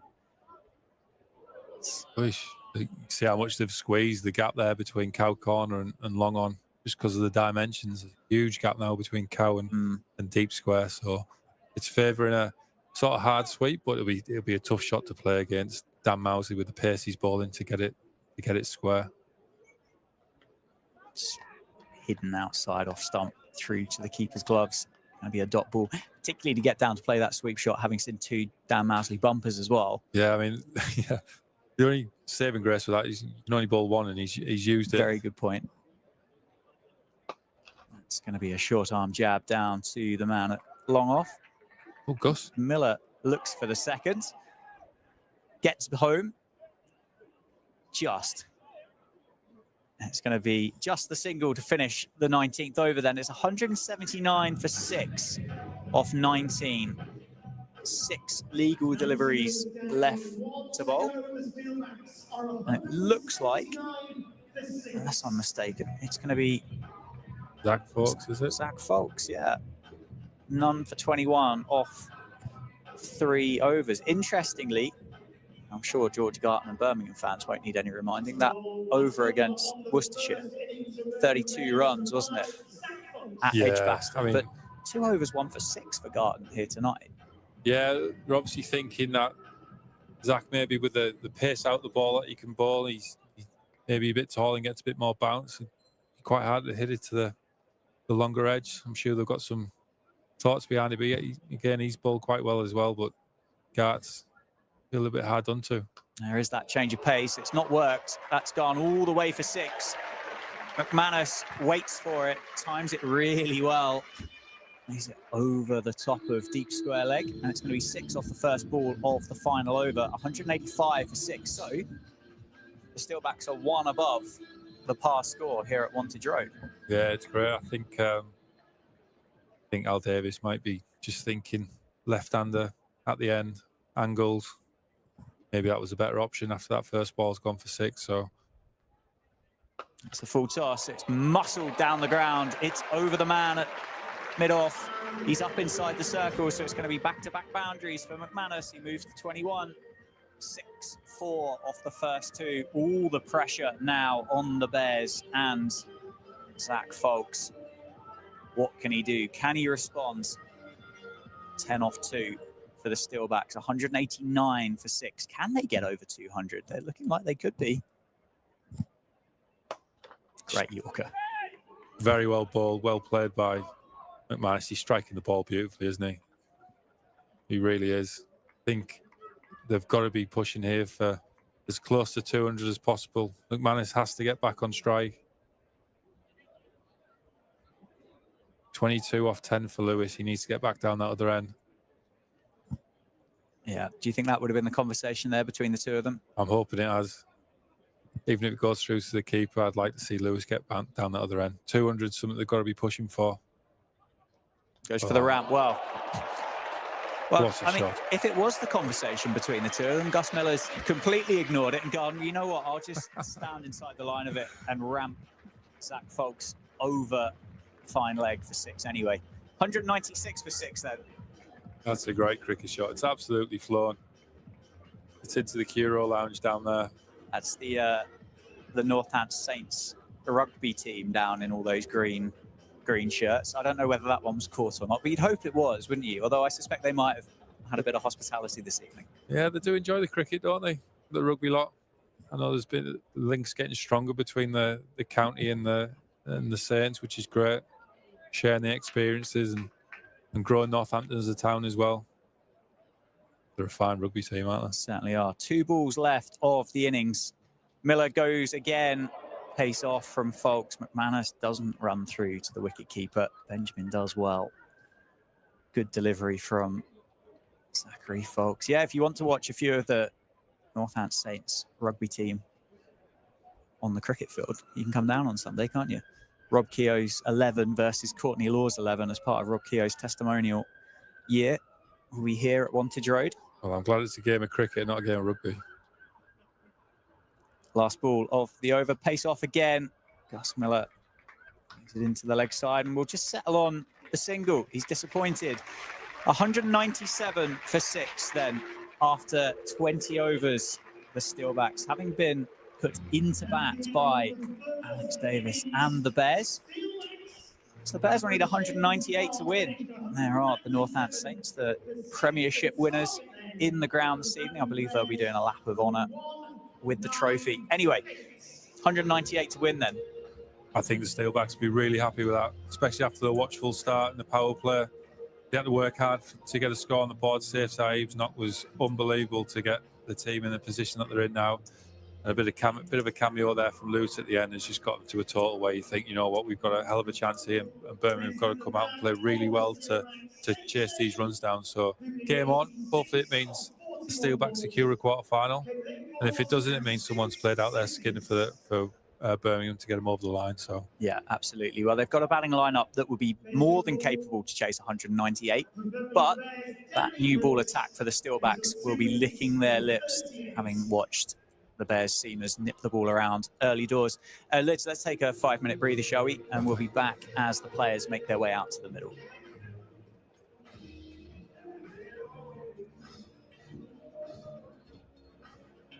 We are delighted to be joined here at the County Ground today by the reigning Premiership champions of England, parading the Gallagher Premiership trophy they won last month at Twickenham in an absolutely nail-biting contest. Would you please welcome the reigning Gallagher Premiership champions, Northampton Saints!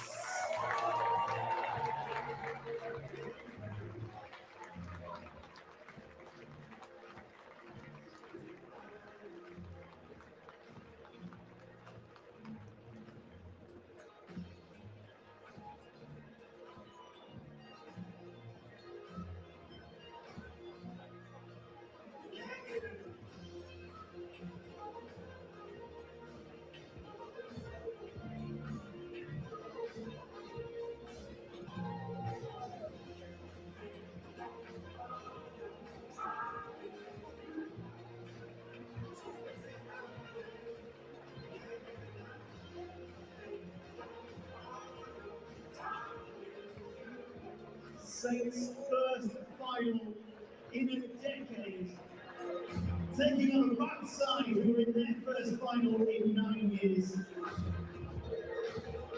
An absolute nail-biter of a game.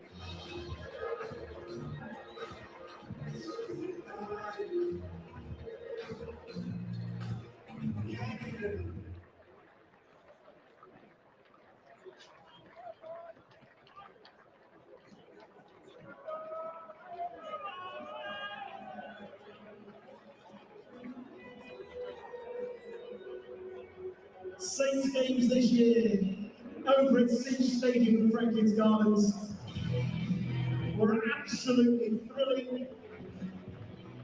Great atmosphere there, and this year promises so much.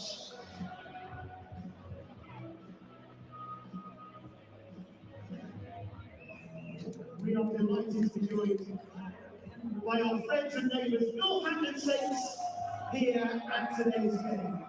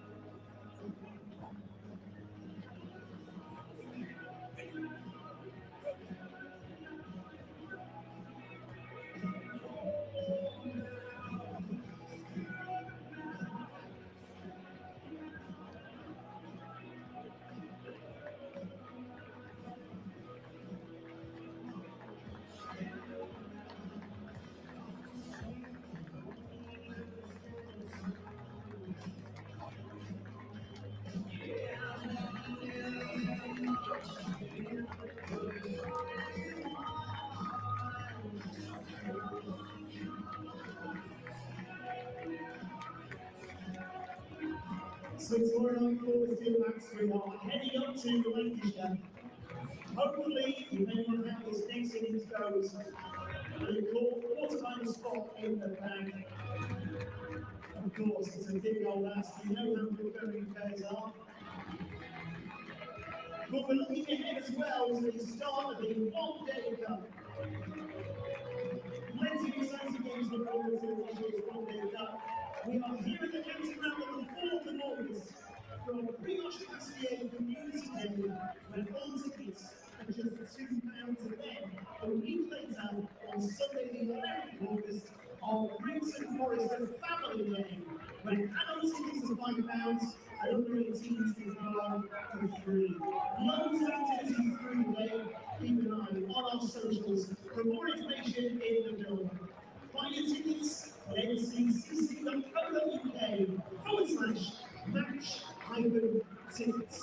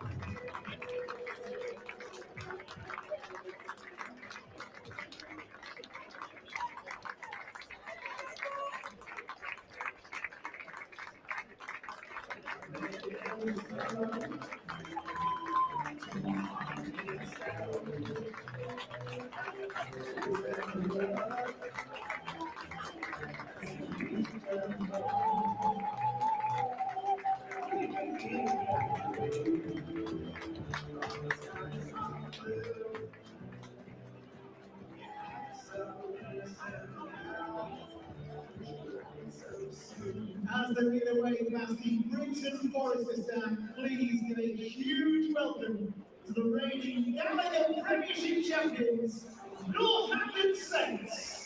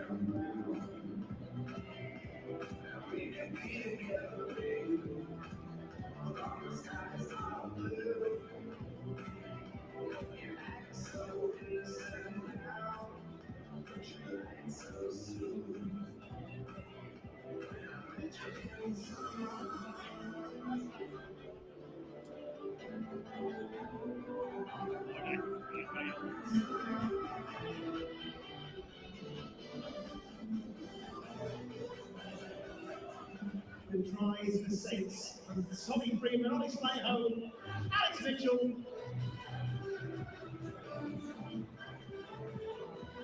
Conversions, penalties, on goals, Vince Alan Cheekhorn first. And a player of the match performance off the bench from George Henry. An absolutely thrilling final. We are delighted they are here to parade the Gallagher Premiership Trophy.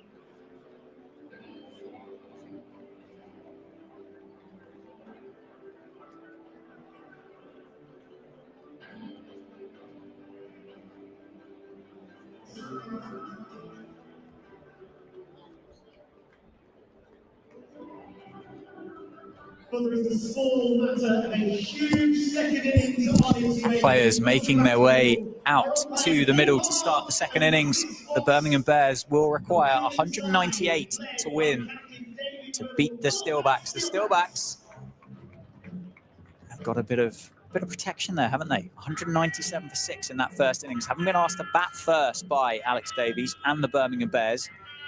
One eye on that quarter-final spot. If they win tonight, the Steelbacks will secure a quarter-final for the first time since 2020. The Bears are already there.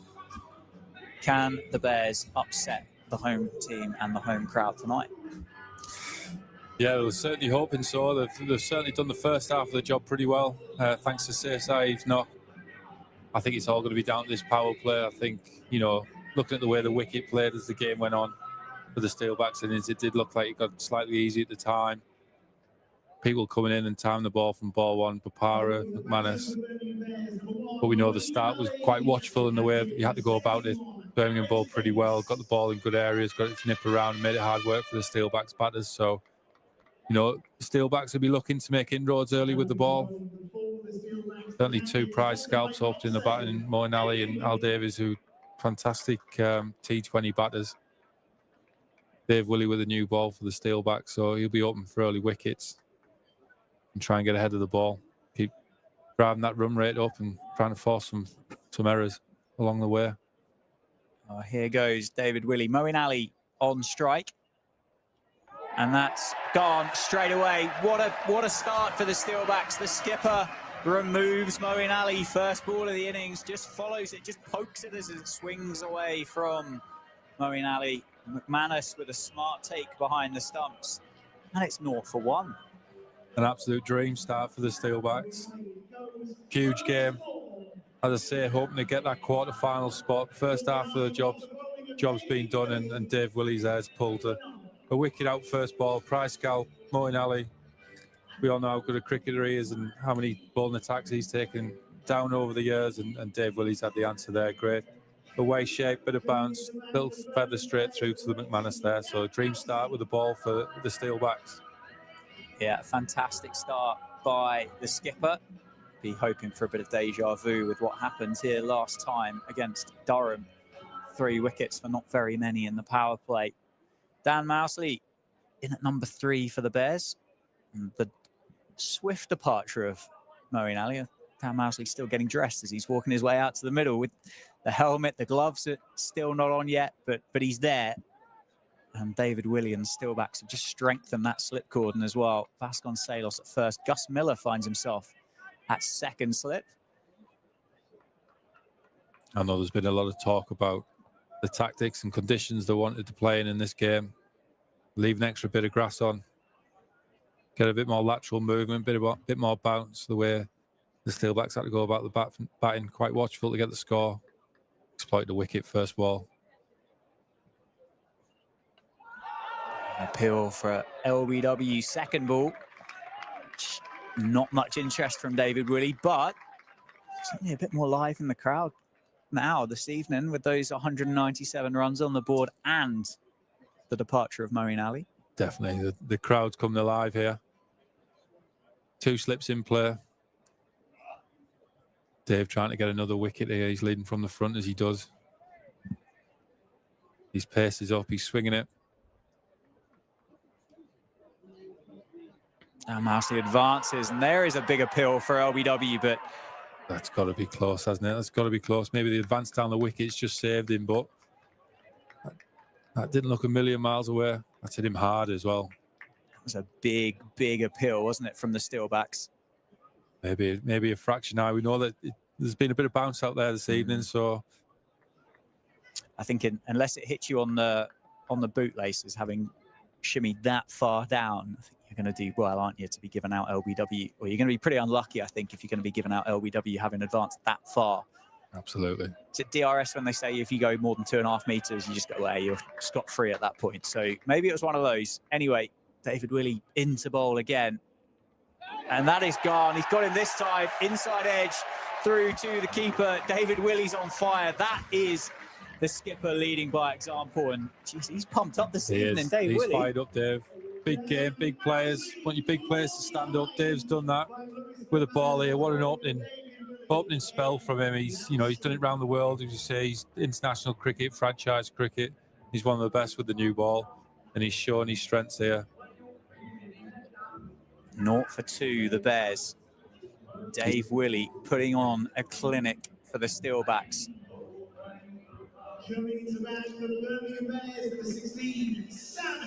Well, fantastic start, but Sam Haines, the new man for the Bears, 461 runs in the competition so far, an average of 65. I'm sure a lot of people watching this live stream will be saying that he probably should have been honoured internationally by this point, but he hasn't, and it's been to Warwickshire and Birmingham's advantage. Absolutely, he's a phenomenal player, is Sam, and he's dangerous with the bat, as you can say, as you mentioned there with the stats. But they're going to need every bit of that experience and every bit of that class that he's got to get Birmingham back into it. Dave certainly opened things up here with this opening 3-4 balls. Still the 2 slips. Encouragement from the crowd. 2 balls left in this opening over. Oh, and it's a beauty. That's good pace by Dave, isn't it? He's studded into Lewis's gloves. I keep saying it, big games, you need your big players, and Dave's doing that here. He's set the tone beautifully with the ball. The crowd's just come alive, hasn't it? It certainly has. It's certainly woken them up a little bit. The way that McManus kind of reacted as that hit the gloves there, possibly Dave Willey's just found an extra mile an hour this evening. 1 ball left of the opening over. Dave Willey into bowl. Down the leg side, which Well, it's a shame to see the Bears get off the mark, but the way that Dave Willey's bowled these first 5 deliveries of the evening, I don't think he'd be too disappointed to have another one. No, absolutely not. I think he's gone for a big in-swinger there. You see the way Sam Hain just triggers down the wicket a little bit. He's looked to try and catch him on the boot early on. And why wouldn't you, as a quick left armour who gets the ball to swing in? You see it around the world, don't you, with the big left armers going full and straight early on, try and catch you on the boot. So good ploy, just mis-executed, I think. Last ball of the opening over then. Sam Hain on strike. And Sam Hain defends back to the bowler. And there is a big round of applause from the crowd in at Wantage Road this evening as Dave Willey takes his cap back from the umpire. All eyes now to the middle as to who's going to bowl this second over of the evening. It's going to be Ben Sanderson. Lewis McManus called for the helmet to come out to the middle, so we've seen him plenty of times in this competition come up to the stumps to Ben Sanderson. I did wonder whether it was going to be Jack White with a new ball. They're going to go with Sando. Yeah, I think Jack will certainly play a part in this power play with the ball. I think as soon as Sam Hain gets on strike, the tactic's always been to get the keeper up, keep him in his crease. He's got him out so many times with that, keep him in his crease, not allowing him to get down the wicket, gets him out so many times, LBW. So as soon as Sam gets on strike, I'd imagine Lewis is going to be up to the stumps. Sanderson into bowl from the Lynn Wilson centre end. That one down the leg side, well taken by Lewis McManus. Alex Davis facing his first ball of the evening. I love to see this. I love to see the fielders getting in close after each ball, just putting a bit of pressure on the batsman, showing your presence in front of the stumps, showing your presence as fielders, getting the squeeze on, knowing that they're in a bit of a battle. Still the 2 slips in place for the Steelbacks. That one down the leg side and just got Jack White on the half volley. There's that specialist 45 precision. It goes pretty quick at you. Jack's there shaking his hand after that, just peppered into him, one bounce. But it does fly quick. Made his T20 debut up at Durham, didn't he, Jack White? And having played the amount of cricket that Jack White has, I suspect it's been a bit of a shock, actually, that this ball's travelled as quick as what it has compared to the championship. Absolutely. Absolutely. But he did get a wicket with his first ball as well, so he's probably thinking it's an easy game, this. Here we go. Sam Hain on strike. Lewis up to the stumps. He's had so much success trapping him LBW, catching him on the crease. As Ben Sanderson. Can he do the same?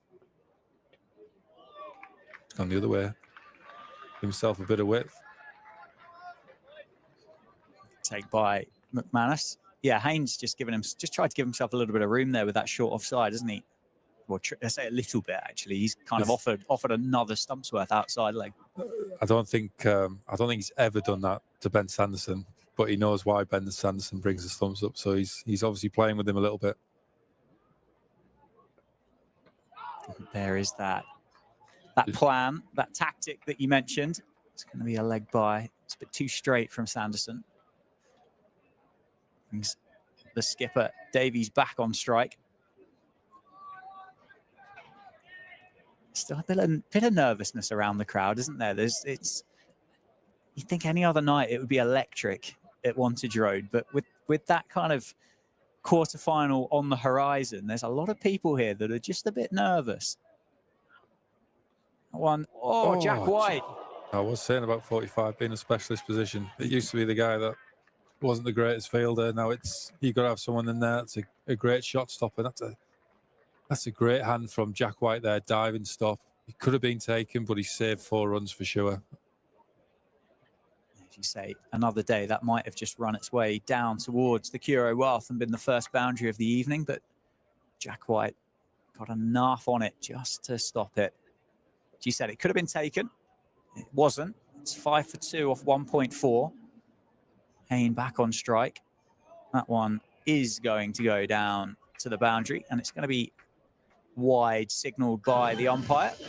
So that tactic to bowl straight to Sam Hain just hasn't quite been right so far from Ben Sanderson so far this evening. How much that shimmy down or shimmy outside leg stump might have just unsettled Sanderson, we don't know, but yeah, he's just throwing off his line. Something that Sando is normally really good with, control of his line.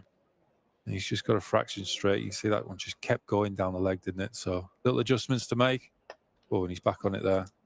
On it and turned down behind square for a single. 11 for 2 off 1.5.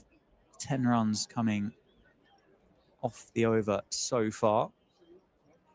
It's that pressure, that start that David Willey had. Just taking a little bit of pressure off Ben Sanderson here. Last ball off the over. That's gone as well. Sanderson comes back into the attack, gets the wicket. The Bears are 3 down, 11 for 3. Al Davies, the captain, has chopped on. He couldn't believe it. Sanderson, who's been, well, offside, leg side, hadn't quite got it right. Possibly got one of the least Ben Sanderson style of wickets that he'll have in his career. But yeah, it's been a bit of an interesting over from Ben. But I suppose that's cricket in a way. He's not quite nil. He's line of length, which he's well known for. And he's had a bit of fortune there last ball, and certainly seen Al Davies drag it onto the stumps. So that's the game sometimes. But great news. Well, great to see for Steelbacks having Birmingham 11 for 3. Said at the start the power play is going to be key in this chase. And Steelbacks have had the upper hand so far and had the fortune as well, especially with that last delivery there. Just as you can see, just dragging it back onto the stumps. Yeah, 11 for 3 after 2 overs.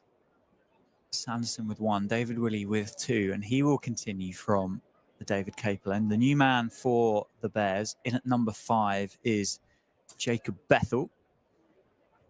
Steelbacks fans won't want any reminder of what Jacob Bethel got up to earlier this campaign. Yeah, another fine player. Another fine player coming in. The Birmingham lot, they do bat deep, like I said. Wickets are going to be key. Hopefully Dave Willey can keep going for the Steelbacks. Sam Hain advances at Dave Willey, who tries to engage the Bears batter in conversation, but I don't think Sam Hain was interested. Can be dangerous, Birmingham know they've already qualified. Sometimes you look and think 3 down the power play, that's what you want as a bowling attack. Birmingham might be thinking, it doesn't really matter about losing. We want to play a positive brand of cricket. Whatever comes off, comes off. So Hain, we could be in for some highlights here. That's a great shot. Yeah, gives himself room, opens up the offside and cuts Dave Willey past Ashton Agar a backward point for 40. The first boundary off the bat this evening. 15 for 3, the Bears. No, I think you're exactly right. It's what I suppose benefit. It's a weird one, isn't it? Because we have to wait about 6 weeks for the quarterfinal anyway. So actually, when you think about momentum, what happens today and tomorrow for a lot of these sides becomes irrelevant for the quarterfinals. But as you say, if the Bears have got that blueprint of playing aggressive cricket, 15 for 3 is a dangerous place to be. If Bethel goes out there and does, what was it, the 15 ball 50, wasn't it, Edgbaston? Yeah. Squared up. Sam Hain plays it nicely in the end, gets a leading edge on it, runs it down to the man at deep third for just a single, and it's going to be Bethel on strike for the first time this evening. I mean, 3 down, but you see the way Sam Hain's still playing. He's trying to be aggressive. He is moving around, trying to create some width. So he's certainly not gone to a watchful style of play, knowing that the 3 down and get through the power play and then rebuild and go again. He's trying to put the pressure back on the bowler, knock them off the length and make it difficult to settle in and extract that extra movement or bounce they might get. Bethel off the mark straight away. Runs it past Gus Miller at second slip. Gets the single. Freddie Heldrick doing the fielding. All still offering enough, isn't it, for David Willey at the moment. 2 for 7 off 1.4 overs. 17 for 3 off 2.4 is the score.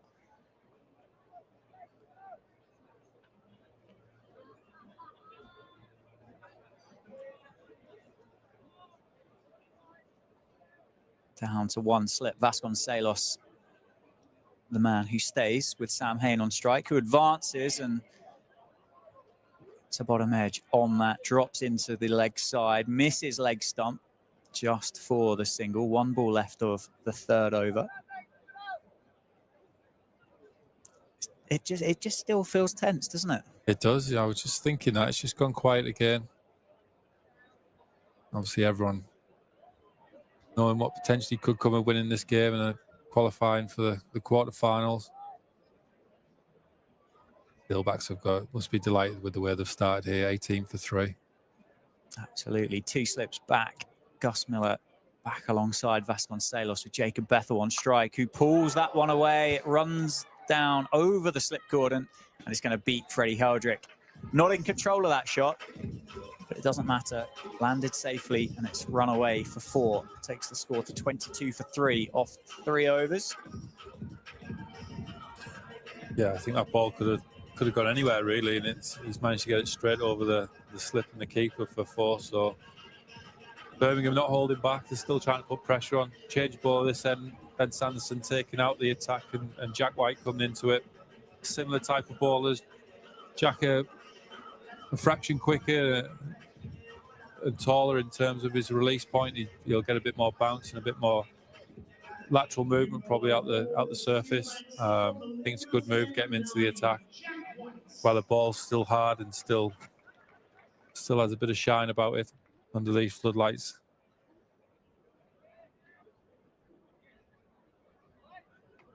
Yeah, such a dangerous cricketer with a red ball in hand. Jack White, as you said, picked up a wicket with his first ball in T20 cricket up at Durham earlier this week. Into bowl against Sam Hain. That's cut away. That's going to be 4. So it's the wicket with the first ball against Durham, and it's going to be a 4 with his first ball against Birmingham. I like this from Dave. I think split field's what you're going to have to go to the way Sam's batting. He's giving himself a little bit of room just to access that offside. I think he's got to give a bit of cover there. We've got to keep looking to, push that run rate up. It required 10.2 at the moment. Keep driving it up. I think that's the way you're going to force some wickets on here once that shine's gone off the ball. And it seems to be that they're just getting the timing better. Sam Hain and Bethel seems to be coming off the bat a bit crisper. Yeah, as you said, in that break, whilst we were off air, it certainly felt like it got a little bit easier, didn't it, to bat as that innings went on. And I'm sure that white ball got a touch older would have been a contributing factor. Nicely bowled. Good comeback from Jack White.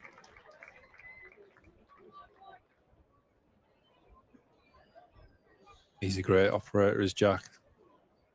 First came across him in 2020 when I started at the club, and youngish lad from Cumbria, who's played a lot of cricket abroad in the winters, not played much in England, and had a few problems with injuries that he managed to overcome, and he worked hard at his game, and now one of the leading bowlers at the club. Wow, there is that bit of extra pace that you just mentioned. Straight through Sam Hain with a big, big shot targeting that leg side. Looks like he might have just hurt himself a little bit there. He's certainly got a limp on, hasn't he, as he's walked off towards square leg. Not sure he's got a great deal of sympathy there from Ben Sanderson, is he, the Northants fielder at 45? Absolutely not. I think the lads will be looking forward to seeing the back of him, really. It doesn't look like the most comfortable that Sam Hain's ever been in his life. He certainly put plenty into it. That one into the thigh pad. Jack White got to run. That's the fielding. Yeah, he's not moving very, very well, is he? He's like he's just holding something there with his, is it calf or Achilles or something? And a little stretch. Certainly looks like a calf stretch. Long way from being an athlete, so I think you'd probably be better qualified to tell me what he was stretching there, Liz, but it looked like a calf stretch to me. We'll go with calf. He's at a calf. We'll go with that.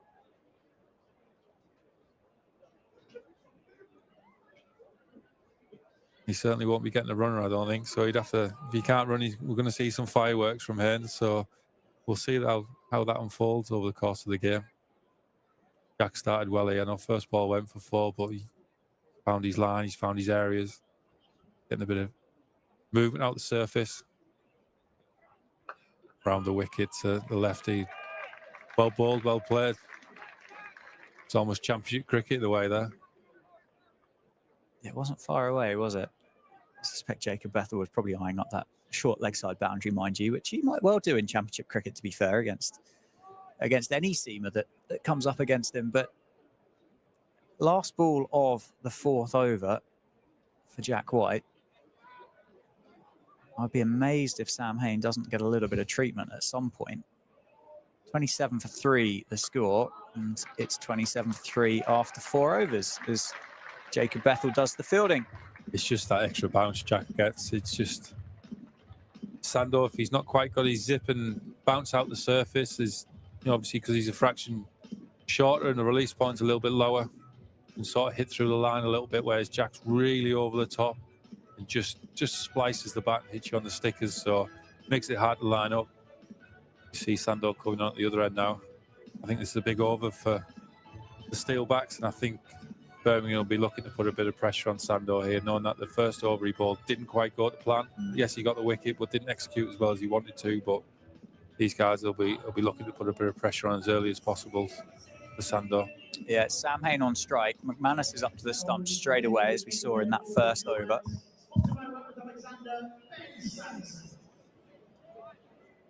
But as we've said, Sam Hain just looks like he's got a little bit of a limp on. In comes Ben Sanderson. One on the money. Replacing David Willey from the David Capel end to bowl his 2nd over of the evening. The scores in terms of runs, neck and neck, level pegging, so to speak. 27 for 1, the Steelbacks were at the end of 4 overs. 27 for 3, the Bears at the end of 4. Change in the field. Vasconcelos goes out from first slip and goes into a catching mid-wicket. Cut off that easy single for Hain. If Sanderson's bowling nice and straight, it's going to be back-to-back dot balls. There's been a good response from Sanderson. Yeah, good work from Sando. Straight back on it there. He'd have been disappointed with his first over. Yes, he picked up the wicket, but how well he controls his line, something he prides himself on. So he's been able to return here and start off really well. Hain goes for the ramp, gets the ramp, goes over Freddie Heldrick. It's going to be 1 bounce, 2 bounce, and it's going to be another 4 for Sam Hain. And the Bears, his 3rd of the evening. 15 off 16 now for Sam Hain. 31 for 3 off 4.5 overs. Is there some proverb about beware the wounded bear or something? Is that? Yeah, it could well be. I mean, he's probably not going to do too much scampering around for 2, so he's going to be looking for boundaries and probably going to find himself in stronger positions to hit the ball because he'll have to try and stay still. At one time, nicely square of the wicket. Going to put Safe Save under a bit of pressure. He does really well down on the boundary. And there he is, scampering for 2, but yeah, he's not pulled up well, has he? No, he's definitely not moving well. Definitely not moving well at all, but how much do we see these days of batsmen just taking the best ball the bowler's bowled and just ramping it over the top of 45 or the keeper? It seems to be in every batter's DNA now that they have to be able to play the ramp shot or reverse ramp. Nicely played. Solid defence from Sam Hain. I'm certainly not brave enough to get down on one knee and start playing those kind of cricket shots. No, I favoured the back away cut, to be fair, when I was batting. That was one of my favourite shots to play, which George Carton reminded me of this afternoon when I when I bumped into him when he was warming up bowling. So yeah, it just seems incredible how the way people play with fear, with no fear, should I say, these days, and not afraid to take it what we'd normally see as a high risk option, pretty low risk. It's exciting, isn't it, for the game? Certainly is. Change of the field there. Vasconcelos has been pushed out to a deep mid wicket, and that's Matt Bretsky's come into offside boundary, and it's going to actually go through, and Matt Bretsky probably would have cut that one off if the field had stayed the same, but it's another boundary for the Bears. 37 for 3 after 5. Sam Hain moves to 21.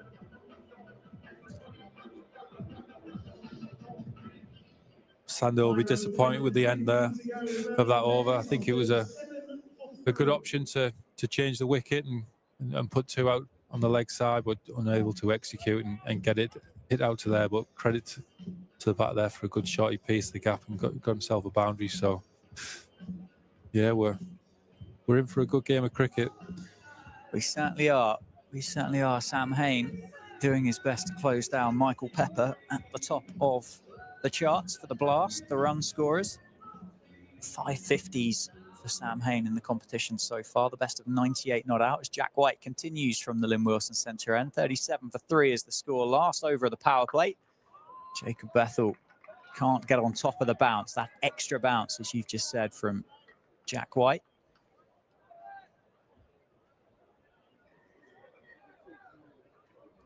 Ravi Bopara, another seam bowling option in the ranks for David Willey and the Steelbacks. And then spin would be available from Freddie Heldrick. Safe save. Bit of seam from Gus Miller if required. That's beautiful. Beauty. Don't get many 6-over-old Kookaburras still swinging, do you? Jack White just exploiting what there is there. And of course, the left arm spin of Ashton Agar as well. A fantastic delivery. It just left the left-handed batter there. Just shows there's still something in that surface if you get it in the right area.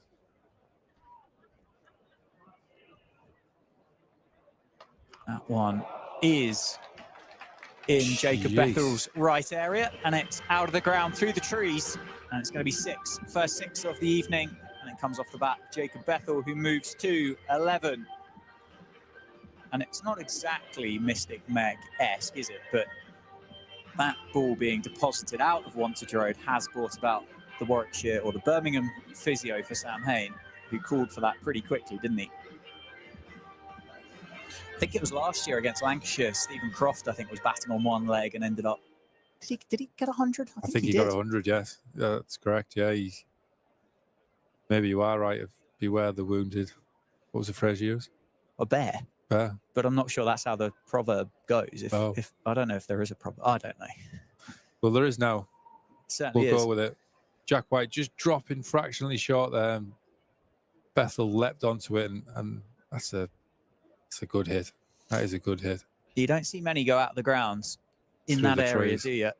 Straight through those 2 trees. A nice present in the garden, won't it? Not cheap, are they, those Kookaburras? No, they're not. Which, you get told when you're a bowling coach and you keep pulling new ones out for the bowls to bowl with, and I kept getting reminded by Sads.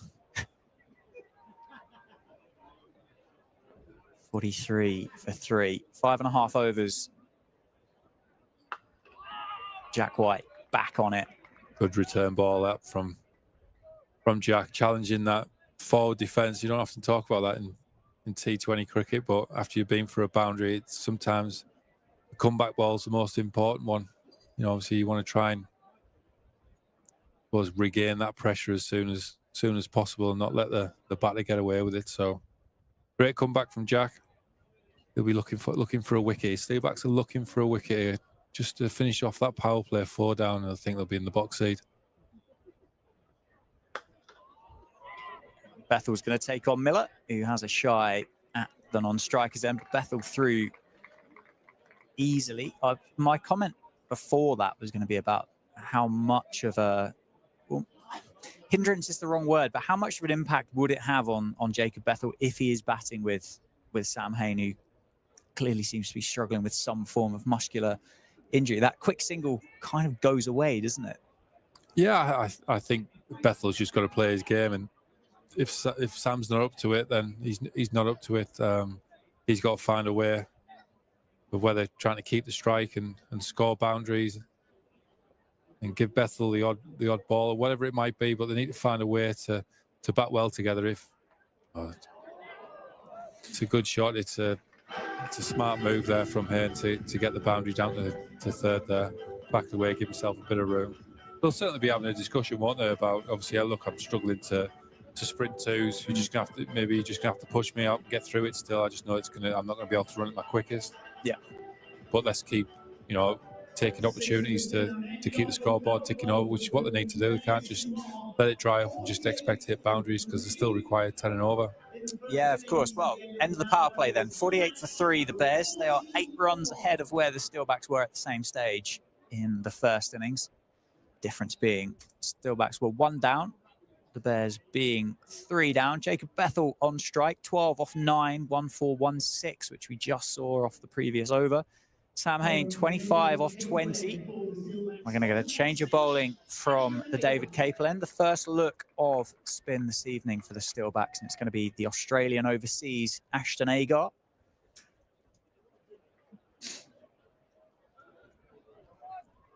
Dave Willey and the Steelbacks get a bit more protection now. 5 outside that 30-yard circle straight away. Long off, long on. There was a deep mid-wicket.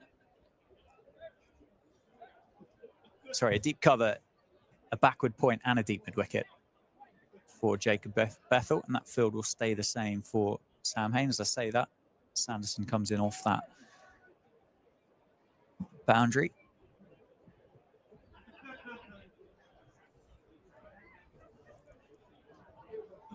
I think the Steelbacks will know here, just a few quiet overs without a boundary. We'll just drive that run rate up, put more and more pressure on the Birmingham batters.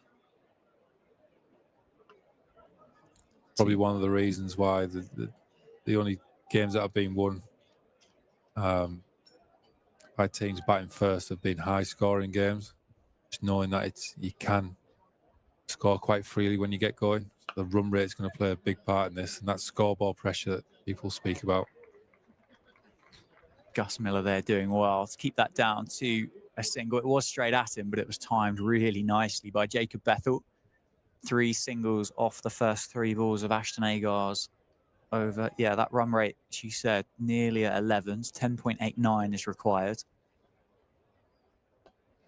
Hain turns that one into the leg side, and that is a gingerly taken single by Sam Hain. So singles off each of these deliveries from Ashton Agar so far.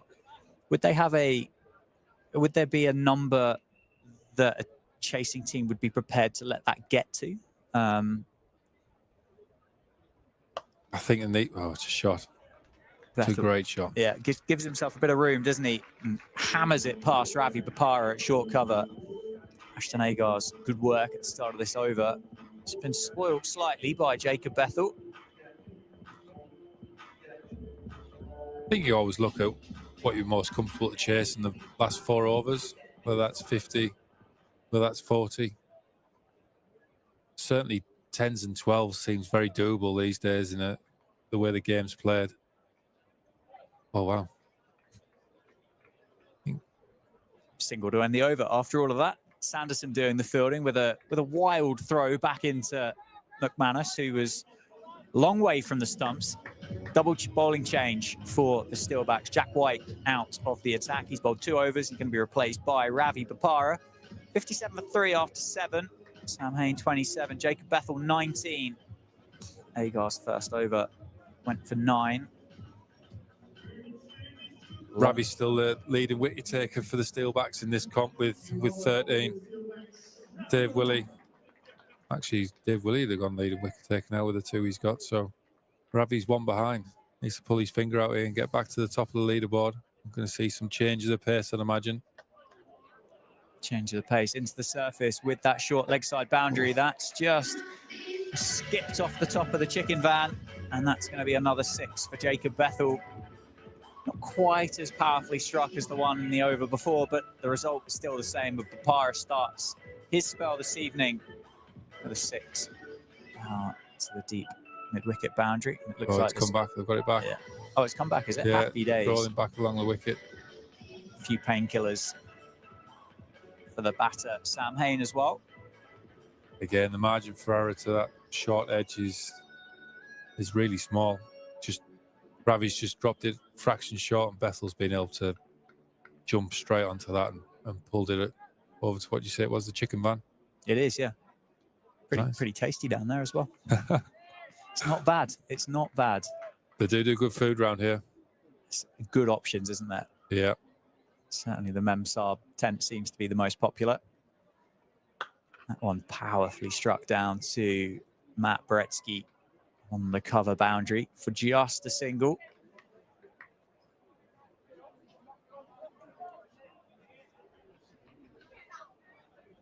Dave's just down here. Dave Willie just down here at Long Unreal Bay, just getting his angles right, speaking to young Gus Miller, making sure he's in the right position. Potentially he might be bowling the next over as well, so just letting him know a few things. Giving them the heads up. We'll have to wait and see if that happens. Sam Hain, 27 off 22. On time nicely past Sanderson, but not past Matt Bretsky. Oh, I don't think he'd be taking Bretsky on for 2. I mean, he's made a couple of misfields over the course of this T20 campaign, but it's normally because he's been too fast getting to the ball rather than too slow. So he is one of the quickest I've seen patrol the boundary line. Yeah, he's been electric, hasn't he, for the Steelbacks down in front of that cinch stand. There's that change of pace, isn't it? Yeah, into the body of Jacob Bethel. I think, unfortunately for Bethel, it might have been above that thigh pad and got him in the hip kind of abdomen area, which is, I know, off the toe end of the bat. I apologise. I got it completely wrong. He's been a great sign, hasn't he, Bretsky, by Sads and his team. He's just got a test call up as well.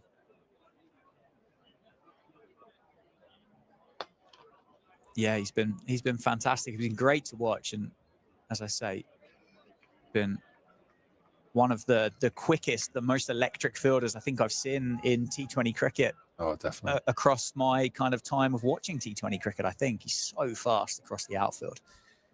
As you said, kind of the misfields have been because he's got there a bit too quick, which is quite a ridiculous thing to say out loud, but you're exactly right. It's going to be a single to finish Ravi Bopara's first over. It's gone for 11. It's 68 for 3 after 8. Sam Hain on 29. Jacob Bethel on 28. Run rate, even though these overs have been productive for the Bears, isn't changing.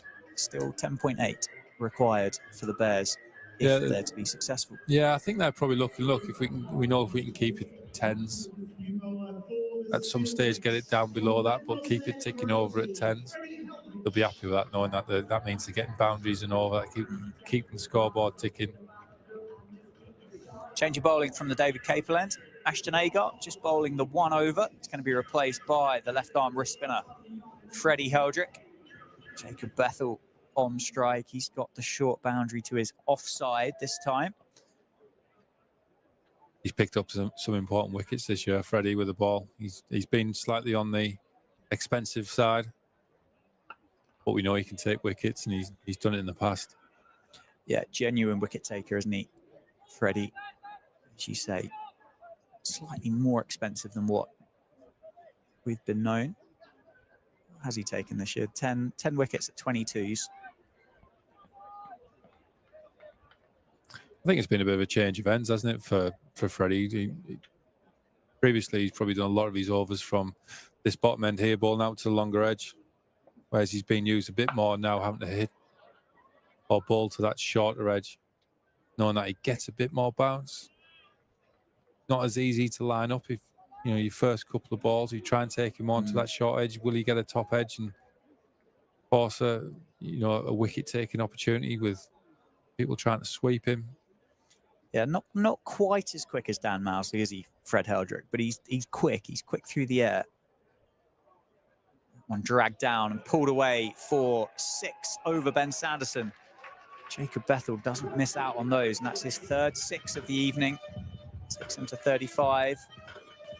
Dragged down from Freddie Heldrick. That's a bit of fielding by the umpire at square leg that he's not going to want to see again, is he? Oh, I missed it. Didn't go for the long barrier. The basics. Last line defence in it, a long barrier. We've seen it a few times tonight, actually, the long barrier coming out. No shame in a long barrier.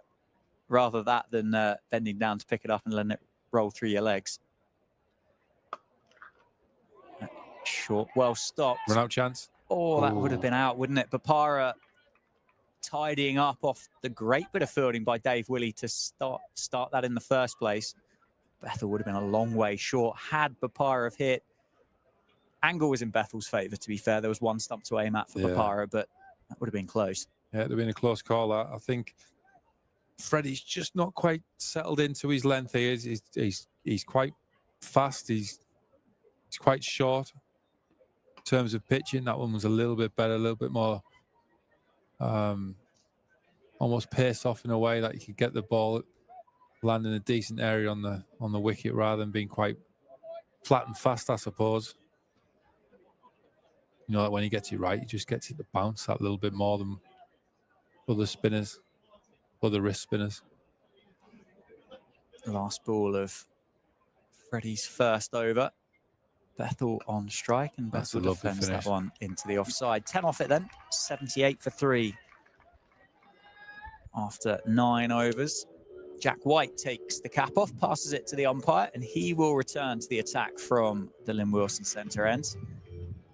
Dave Willey shuffling the pack, using all of his bowlers, has the benefit of having the best part of 200 runs on the board, can shuffle them around and doesn't allow any of the batters to settle against any bowler in particular, I suppose. Yeah, he's got some options, hasn't he, Dave, to use it. I'm sure he'll have one eye on who's going to finish the innings off, whether he saves himself 1 or 2 overs to do that. Who else is going to do it with him? I also save Ravi to do that. I think Sando's done it in the past, but without Rafi Weatherall on the attack. That's done it so well for a young guy who's been put in some tough situations and being able to stand up and bowl them death overs and execute really well. And not having him in the attack leaves a bit of a gap to fill. Certainly does. 78 for 3 after 9. Hayne on strike. And Hayne picks up Jack White into the leg side. Is Gus Miller going to get underneath it? Oh, he was thinking about it for a long time. Sam Haynes timed it so nicely that it's gone all the way for 6. There's a very, very long pocket down at deep mid-wicket this evening. Sam Haynes gets more than enough. Kept Gus Miller interested the whole way. 6 off the first ball of the over. We've said that a few times this evening. 84 for 3. Sam Haynes on 37. You talked earlier about how you set your fields and where you want to get hit to. If you get hit over your sweepers, you've probably got your line right in terms of where you want them to hit to, but you just slightly mis-execute, or they've got it really well and managed to hit you for 6. That's a massive boundary, and he's timed it beautifully as Sam Hayne and got the rewards for that. But, you know, Jack's got his sweepers out there on the leg side, so that's where he wants to get hit to, right to the batter. Yeah, it was a fantastic shot, wasn't it? Backs it up with a single to get off strike, get down the non-striker's end. Jacob Bethel now on strike, was just counting where the fielders were on that leg side. I don't think he's going to need a second invitation to take on that short leg side boundary, is he? They need a wicket here, don't they, the Steelbacks? Certainly this partnership's just growing nicely. Yeah, there's a bit of daylight, isn't there, between the two sides now. At the end of this over, Northants were 3 down as well. So that benefit that they had in that opening couple of overs, picking up those 3 wickets for nothing, really, kind of be evaporated, wouldn't it? 78 for 3, the Steelbacks were after 10 overs. The Bears, 86 for 3 in response, with still 3 legal deliveries left to get to that same stage. Partnership worth 75 or 45. 7 fours, 4 sixes. It's been a fantastic fight back between the two of them. It's been superb, hasn't it? That, you know, it could have been right up against it, and it could have gone the other way in terms of the power play and gone quite defensive and just tried to get the way through it and start to rebuild over the course of the innings. But Sam Hayne and Bethel just kept coming hard and playing aggressive shots. Smart cricket in a way, you know, giving themselves a bit of room and trying to access different parts of the ground. They certainly didn't take the foot off the gas being 3 down, which is what you can do when, 1, you've already qualified, and 2, you've got a batting lineup that bats all the way down to number 11. So we're going to be in for a good game of cricket tonight, and whoever manages the conditions and the dimensions best is going to win this one. Well bowled, Jack White. Bit of extra bounce. Bethel plays it nicely, drops it into the offside, picks up a single, picks the score to 88. Just finding it a bit easier on to keep the scoreboard ticking, them dropping runs. Yeah, I mean, it's mirrored the Northants innings fairly well, isn't it? It was tough up top, and yes, okay, Birmingham lost a few extra wickets than the Steelbacks did in the power play, whilst the ball was doing a little bit, but it did get easier to score. Safe say played brilliantly, 85 off about 47 balls. McManus walked out there, timed the ball well. Papara did exactly the same. And as this ball has Great just pick up. got That older, Ashton. yeah, it's just got a bit easier. And as you say, fantastic. Halfway, 88 for 3. 10 runs ahead than where the Northants Steelbacks were at the same stage. Bears ahead. Bears ahead, deeper batting lineup. They've got to fancy themselves now in boxing. I know they've still got a long way to go in this game. Halfway stage, still needing 11s. But they'll be happy with the partnership, the way they're building this. They'll be happy with where they're at in this game, knowing that what they need to chase in the last 10 with people still in the hutch ready to come in. Yeah. Said it before, big games, you need your big players. Ashton Agar back into the attack now. If he can just get a breakthrough here and just get the ball rolling in Steelbacks' favour. Nicely timed, nicely placed by Sam Hain. This will test that calf injury, if it is a calf injury that we think he might have. Goes back to the non-striker's end. Takes the tally to 90, so it's 108 required from 59 deliveries for the Bears. 7 wickets in hand. Chris Benjamin is next. George Garton after the wicketkeeper. Bethel goes for the reverse sweep, and that's not far away, was it? I don't think, from cannoning into the stumps. I suppose with the benefit of having that first innings score of 197, unless there's an over that goes for about 20, that run rate never really drops, does it? It stays high the whole way through the innings. As I say, unless, of course, which someone like Jacob Bethel is more than qualified to do, but it doesn't get easier. No, it certainly won't. Certainly won't. But it does this ground does favour the team chasing. With the dimension, especially over that side of the ground, it does favour them chasing because you get a lot of room in here for twos. Yeah. And at some stage, you might go away from the bigger edge because you want to try and get a dot or whatever it might be. And it does open up the other side of the ground and the short side where it's quite hard to defend. Bethel goes down the ground. Has he got enough on it? He has. Oh. David Willey was interested for a while. And it's gone flat. And it's gone into the members. It's going to be another 6. Bethel moves to 48.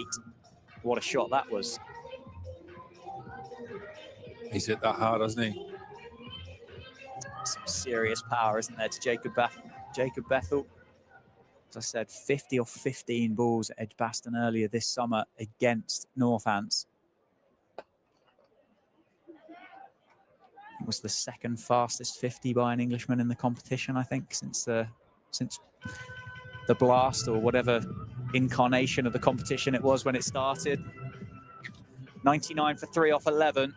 Ravi Papara makes his way to give his cap to the umpire. He will come back into the attack. His first over, expensive, went for 11. I'm interested to see what Dave's thinking here with his bowling attack. He's got to think at some stage he needs to come back himself and not leave him 2 for the end of the way things are going, the way it's ticking along. A bit easier for Birmingham just to be picking up boundaries and runs here, and the partnership keeps building all the time.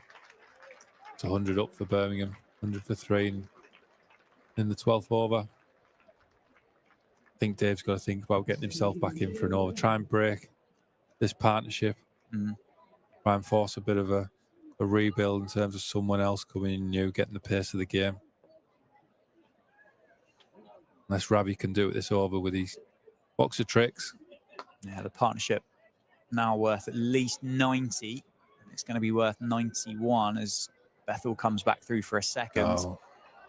That's well backed up in the end by save. It was a quick throw, wasn't it, by Dave Willey to put Jacob Bethel under a bit of pressure.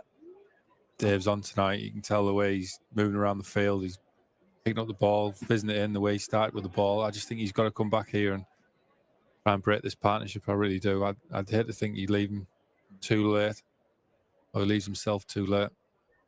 Pirate into the surface, pulled away behind square. Beretsky does the fielding. Not going to take on the South African, as we've said once already this evening. Round of applause from those on the leg side boundary that Matt Beretsky is patrolling. 103 for 3. 11 and a half overs. Bethel is back on strike. Shot before for Jacob Bethel, brought up 50 off 30 balls. That's cut away. Oh, what a catch by Jack White. Goalkeeper-esque. We said Moeen had a good one. Jack White has outdone him there in the same position. And Jacob Bethel, the dangerous Jacob Bethel's got to go. He's gone for 50. And Ravi Papara with his box of tricks has broken the partnership. What a catch that was. Just what the Steelbacks needed. Moments in the game to make an impact and change the course of the game. And Jack White there, look at it. Leapt like a salmon. Look at the delight in the opening bowling partnership there between Sando and Jack White. I think he might have hurt his knee there the way he came down. It wasn't a graceful landing, but it was great to see it going in both hands and taking the catch. Just the wicket the Steelbacks needed there. Yeah, fantastic. Never in doubt for Jack. Not at all. Not at all. He'd be disappointed, wouldn't he, with that one that went down earlier in the innings. But that one there has just got himself on the first step of the step ladder, and what a catch that was. So he's got a bit of a limp on, but I'm sure that won't take the smile off his face. Chris Benjamin then, the new man for the Bears. Just the 77 runs in the campaign so far for the wicketkeeper. Round of applause from the members for Jack White as he makes his way down to his fielding position as well. Pirate, David Willey taking their time to get the field right. How much do you know about Chris Benjamin? He burst on the scene a couple of years ago and he was dangerous. He really did hit the ball hard, hit a good part to the ground, hard to bowl to. Not quite kicked on as much as what probably he wanted to or would have liked to, but still a dangerous player. I think that's going to be cut off by Ashton Agar. It's just going to be a single. Got the timing straight away there, the way he's came in and hit that down the ground. So I think Steelbacks have got quite fortunate there that split those two advertising sheets, because have you got on the carpet? Bit of extra friction off the grass just slowed that down for Ashton Agar to cut it off. I reckon if that had gone across the cinch one, that probably would have been 4. They do pick up pace across there, don't they? They certainly do. 104 for 4, 94 required from 49. Sam Hain now on strike. He's on 42. 42 not out of 32. 5 fours and a 6.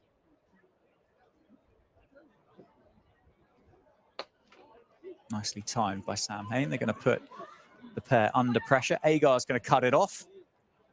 Sam Hain's going to come back for a comfortable, well, I don't know whether comfortable is the right word this evening for Sam Hain, but he's going to come back for 2 anyway, moves to 44. 12 overs have been bowled in the second innings. It's 106 for 4. The Bears require 92 from 48. They have 6 wickets in hands. And then at the crease, Chris Benjamin and Sam Hain. Jack White making his way down in front of us. He doesn't, looks like the limp might have gone off, although he's going to have a look at his knee now in front of us to make sure it's still there, which looks like it is, which is good news. Ashton Agar back into the attack from the David Capel end. None for 20 so far. Expensive, but you're defending 200 and 200 have been scored in the first innings. Who hasn't been expensive?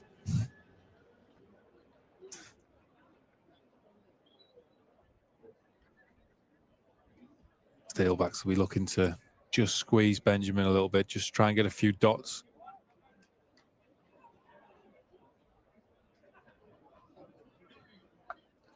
Are they going to get it? Are they going to get the wicket straight away? He's picked out Vasconcelos. What a catch that was. He adjusted himself well. He ran in, he took a step back, and Chris Benjamin's gone straight away. He's gone for 1, and the yes through the mic was from Chris Little. You're pretty happy with that? Like I said, he's a dangerous player. He certainly won't be holding back with the run rate that's required. And to get him early, came out first ball and he timed it so sweetly first ball. And you think, he could be up against it if he gets going. You know he's a dangerous player. but he's gone early, and again, it's that we're going to have to rebuild. Hands on one leg by the looks of things, and not running or moving as freely. Your overseas players stepped up and got an important wicket in an important game. It's getting Steelbacks edging closer to a quarter-final spot. 106 for 5. It certainly felt advantage Birmingham, didn't it? An over and a half ago when they were just 3 down, having lost those 2 quick wickets, has brought George Garton out to the middle, and it feels like the Steelbacks are now back in front. 92 required off 47, but Sam Hain's still there. Agar's got his first wicket of the evening.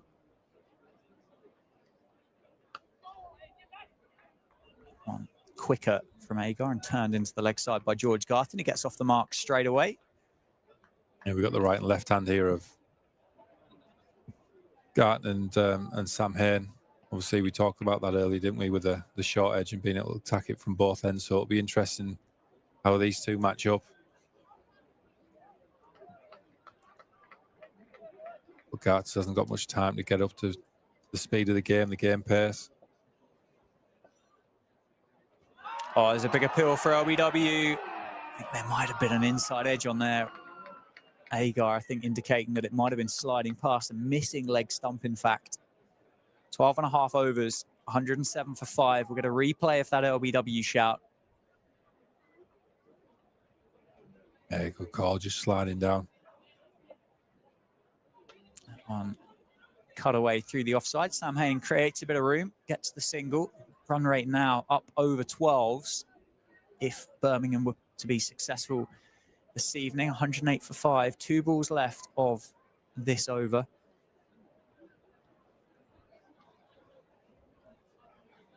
As you said, there's no real time for George Garton to get in. Brilliant. What a bit of fielding off his own bowling by Ashton Agar. Keeps it to a dot ball. Garton was looking for that easy single up towards the man in front of the Spencer Lounge. That one into the surface, pulled away, and it's going to go into one of those pockets. It's going to be a 1 bounce 4 to end a successful over for Ashton Agar. 112 for 5 off 13. Garton doesn't allow Agar to get away with that. 86 required off 42. Yeah, it was a superb over for Ashton, getting the important wicket, as they all are at this stage. You talk about killing momentum. Wickets do that. But Garters came in and managed to get a boundary within his first 3 balls there. So, you know, there's still a long way to go in this game. Garton's a good striker for a cricket ball. Hain's going nicely and building a good platform to kick on towards the back end. Run rate's up at 12, so it's, you know, the pressure is building. A couple of quiet overs. Bapar to continue from the Lynn Wilson centre. And Hain drops him into the off leg side for a single. Won't take Ashton Agar on for a second. Successful over. The one before for Ravi Bapar has rewarded him with a second and allowed David Willey to keep himself back just for a little bit longer, because I in complete agreement with you. If that partnership hadn't been broken, David Willey was back into the attack, wasn't he, from the David Caper lens? I think he's got to think about just bringing himself back in instead of leaving 2 at the end. Got to think about either taking a wicket or getting the run rate really high. And the way he's performing tonight with the ball, the way he started off with the ball, I know bowling the power play is different to bowling at the back end of the game. 2 different skill sets, but bloke's done it around the world. I'd love to see him coming back on now and getting a wicket, or certainly a tidy over that forces that run rate really to sky.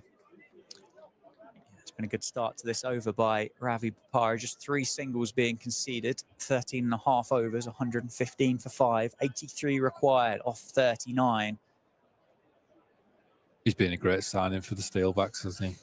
You know, we spoke earlier about Sads and his recruitment. Ravi, Bretsky. Pulled away. Oh, it's carried to Heldrick, who can't cling on to it. Diving forward at 45. Feels like we've spoken this topic a few times this evening, but it is such a difficult position to field, and to dive forward from there as well is... The ball flies at 45. Gone are the days where it's probably your weakest fielder that goes there. It's actually such a hot spot for the way the batters play now, and they get it behind square and in funky areas. It's such an important... Oh, how's he got it there? That is a great shot. What a shot that was by Sam Hain. Brings up his 50 as well. 51 off 38 for Sam Hain. A man that struggled at the start of the innings. It's like he pulled a muscle, but a bit of TLC from the Birmingham physio just seems to have worked. 51 off 38, and it does feel that if Birmingham are going to win this game, it's got to be there at the end. 78 required off 37. Run rate 12.65 required. One cut away in front of point this time, but it's not going to go to the rope. It's going to be well fielded by Ricardo Vasconcelos. It's going to be a single to end the over. 120, 121 for 5 off 14. Again, for the first time in a while, the Steelbacks, if you looked at a worm, if we had such a thing, they would be just ahead. 124 for 3 after 14, the Steelbacks. 121 for 5, the Bears.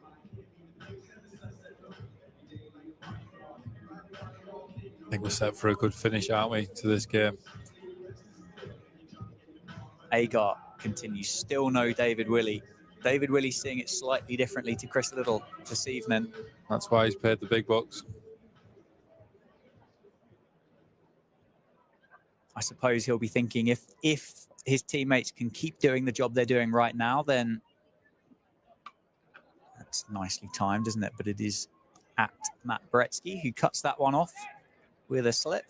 Single for Sam Hain. He'll be thinking that if my teammates can keep doing the job they're doing, then I can save myself till the end when they do need 14, 15 or whatever that might be at that stage, and go, well, I'm going to make this as impossible for you as possible, as impossible as he possibly can. But I do completely see what you're saying as well. Yeah, I mean, you're right. The run rates never came down at any stage. It's always been creeping up and slowly creeping up to 13s now, from 10s or just below 10s when the game actually started. So Steelbacks are doing a good job in terms of pushing the run rate up. I just think sometimes when you've got a player that's hot, started hot, you need to get them back into the attack. And I'd like to see Dave come back and just get another wicket or just open one end up. Big appeal. It's going to be given not out. Sam Hain on his knees. That one was... I think that probably would have disappeared out of Northampton if Sam Hain had connected to that one. Certainly put plenty. That's close, isn't it? I think. Close than I thought. That. The benefit Very of close. a replay. Yeah, absolutely. 123 for 5.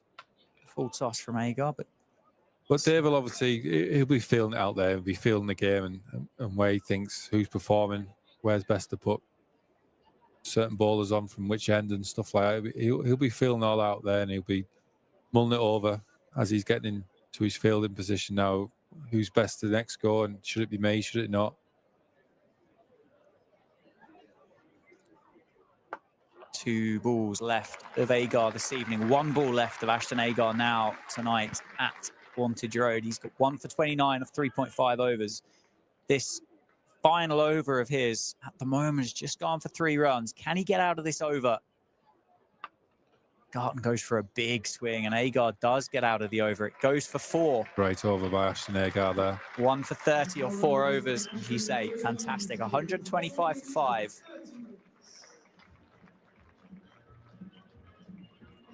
$73 required from 30 balls.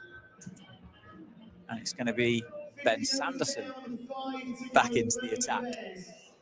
Sanderson, 2 overs, 1 for 19 so far this evening. He got the wicket of the skipper, Alex Davies, for 2. A return from the Lynn Wilson centre end, which that first over of his went for 11, didn't it? It was wayward. It's got a bit more protection outside of that 30-yard circle now, though. So it is, David Willey is going to keep himself for the death, unless he replaces Ashton Agar from the David Capel end next over.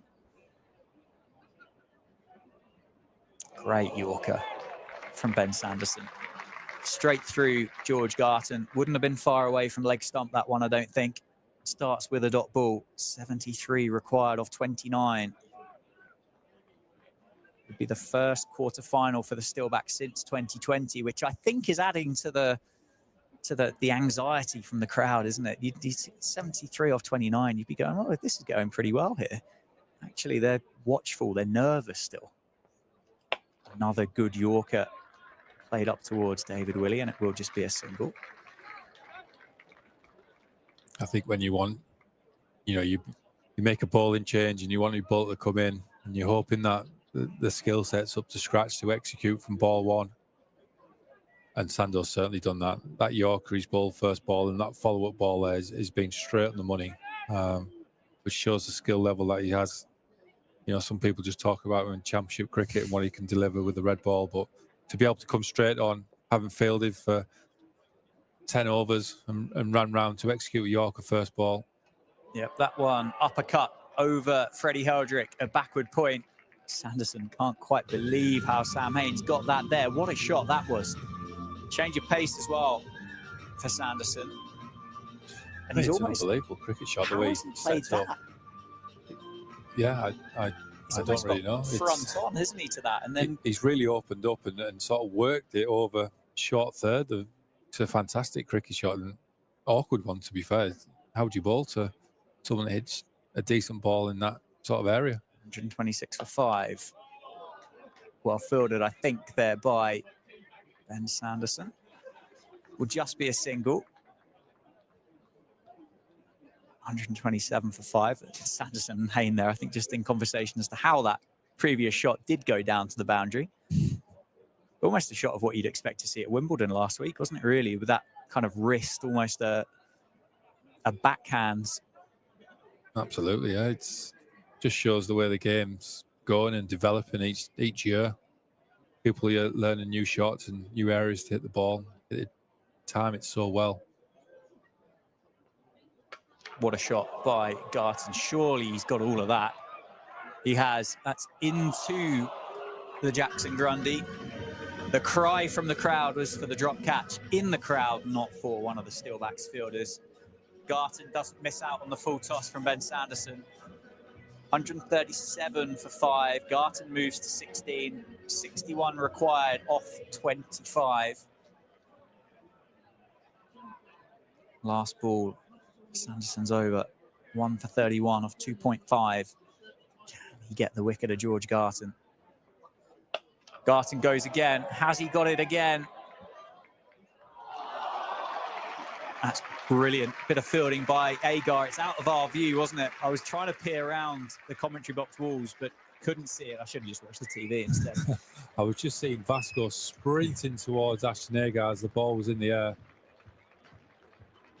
Wow. What an incredible bit of fielding. How on earth...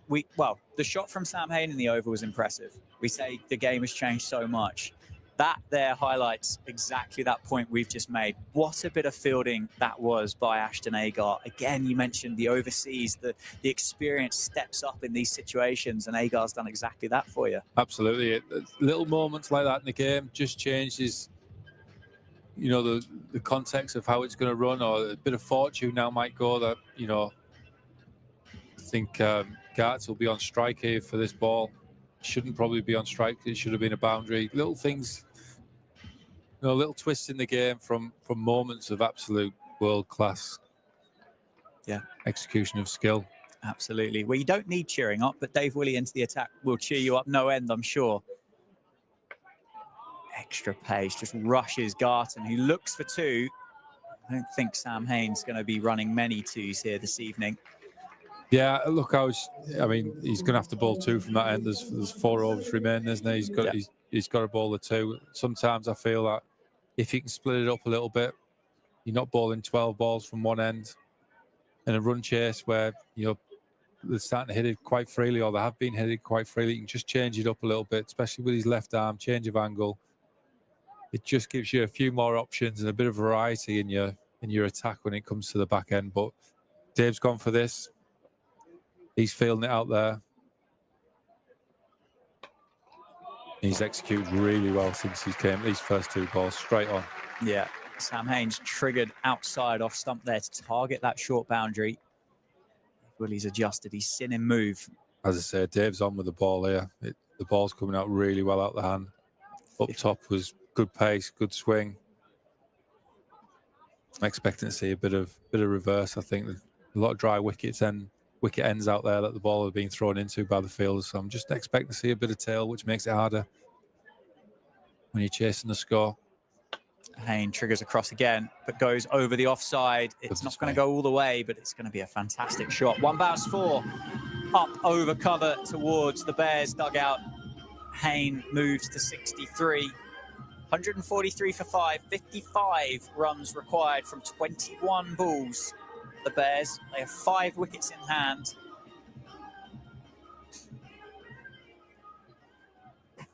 That crowd, the Steelbacks crowd, a little bit nervous again. Sam Haynes playing a blinder, 63 or 46. Goes across his stumps, works it to deep mid-wicket. He's frustrated. Ends up coming through to complete that single. 145. 144 for 5. 2 balls left of this over. 2 for 18, David Willey. Who bowls the other 2? Sanderson's got 1 left. Jack White's got 1 left. Bapara's got 1 left. Freddie Heldrick's got 3. Safe Zabe hasn't bowled. He would be an option. He would be an option. And it's a great question. This one again from... Not many know him for the death skills. Ravi's got the skill sets to do it and has done it in the past. Jack's not really done a lot of it. Be interesting to see what Dave decides to go again. That's why, you know, changing him up a little bit in terms of bringing him back slightly early, just frees his options up at the back end and to use himself when he feels necessary. But another brilliant bit of fielding from Dave Willey off his own bowling that time, making sure that was only going to be a single. She said he's been on it. He's led from the front this evening. There's no doubt about that. Haynes on strike, 64 not out. Slower ball into the surface, cut away, 1 bounce down towards Ben Sanderson. It's going to be a single to finish the over. 17 overs have been bowled. Looks like Northants might be a little bit up against the clock as they sprint between the overs. 146 for 5 off 17, 52 required off 18 for the Bears. They're already in. They're already qualified for the quarterfinals. 9:20. What's the time? How are we looking on the cut-off? Cut-off is 19:20. 7 minutes to bowl 2 overs. Be a shame if they get so close that they get done with the cut-off going into the last over. It looks like it's going to be potentially 12-ish runs off the last over the way things are going. It's a big over from Sandor. Sam Haynes is on strike. Played beautifully. 65 off 48. 8 fours, 1 6. Sanderson to bowl out. 1 for 32 off 3 so far. 1 into the thigh pad. That's not going to make Sam Haynes any more comfortable at the crease, is it? He's had to wear a few tonight, hasn't he, Sam, in this superb knock of his of 65 off 48. He's done brilliantly for the Bears. I think we know George Carton's scoring zone so far at this end. A lot's gone towards or been targeted towards that Jackson Grundy stand. Hopefully we'll see another bit of brilliant fielding. It's going to go the other side, though. Show you both sides of the ground. It's going to be 4. It's up over cover. 5 off the first 2 balls of Sanderson's final over. Just misses his length, and Garton hanging back. It's underneath the full toss. 4 runs over the offside brings up the 150 for the Bears. 151 for 5. 47 required from 16 for Birmingham.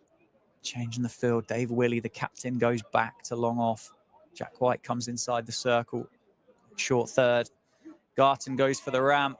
McManus does the fielding. Oh, it would have been out if it hit. Sam Hain desperately trying to get his ground, but Lewis McManus misses. Had 2.5 to aim at. 1 run added to the tally. Garton's gutted that he never got more on it than that, didn't he?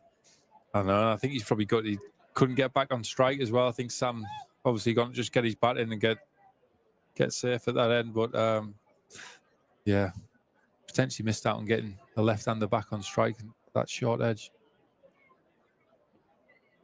Hain gives himself room, goes straight down the ground. 1 bounce. Well, that's probably why Sam didn't want to come back for the second. It's going to be another 4. 156 for 5. 42 required from 14.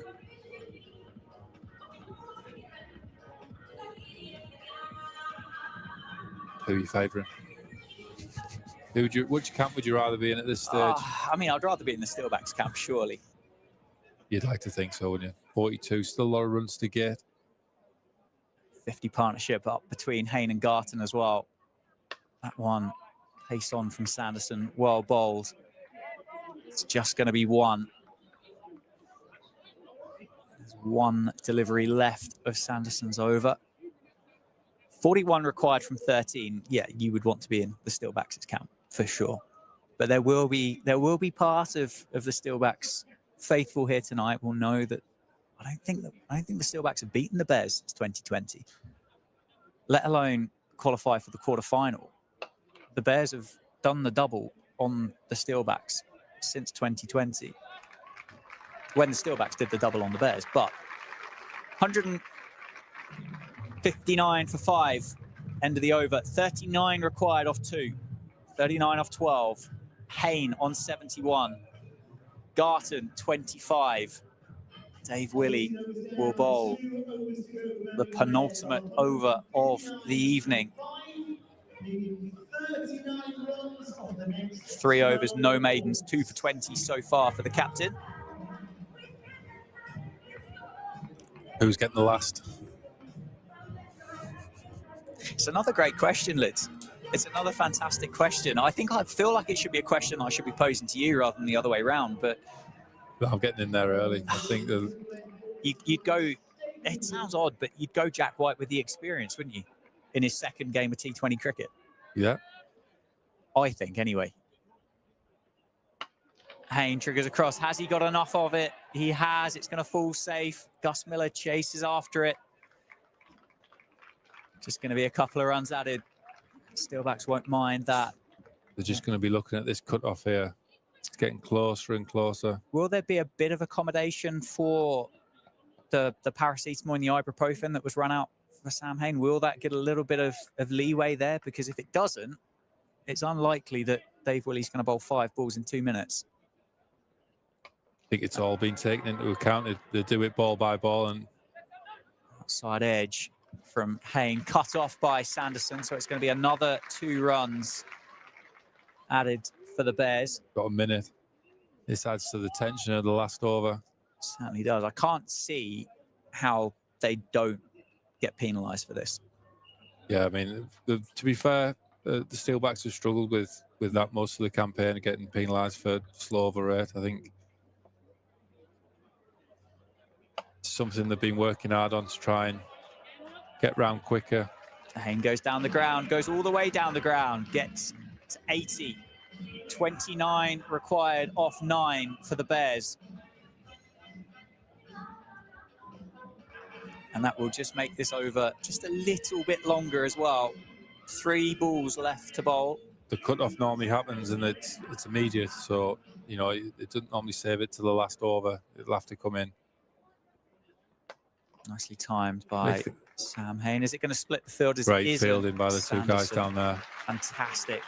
Bretsky with the arm in, the throw in. I believe that's now 21-20. So the umpires in conference with one another. There will be one more, won't there, inside the circle, I think. There it is. David Willey begrudgingly signals Ricardo Vasconcelos inside the 30-yard circle. So there's going to be 8 balls, 8 legal deliveries of the evening, where Dave Willey and the Steelbacks can only have 4 fielders outside that 30-yard circle. Surely there's no twist in this. Doesn't get worse than this, does it, for the Steelbacks, which is... I think someone's just given a bit of Dave some abuse from the stands there, which is a bit uncalled for. That's going to be cut off. It's just going to be a single for Sam Hain. 172 for 5. That's the biggest round of applause for a single down the ground I've ever heard in my life, I think, that one. 22.29, the runs required. There's still 1 delivery left of Dave Willey's final over.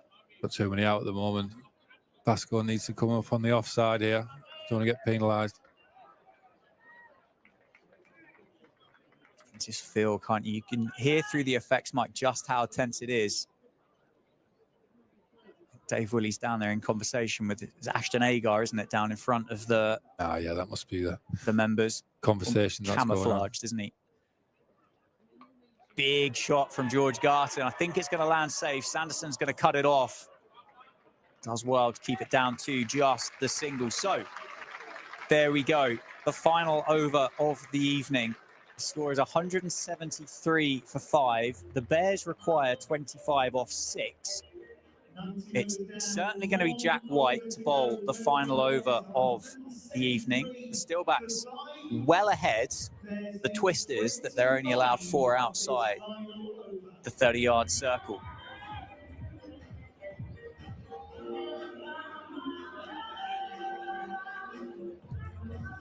Jack White into the attack.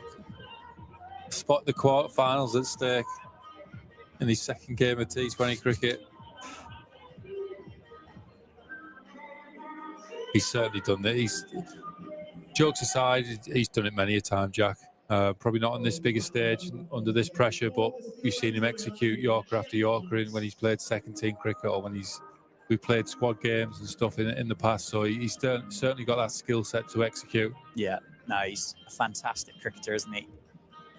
Steelbacks do have the benefit of taking the time that they would like now to get that field right.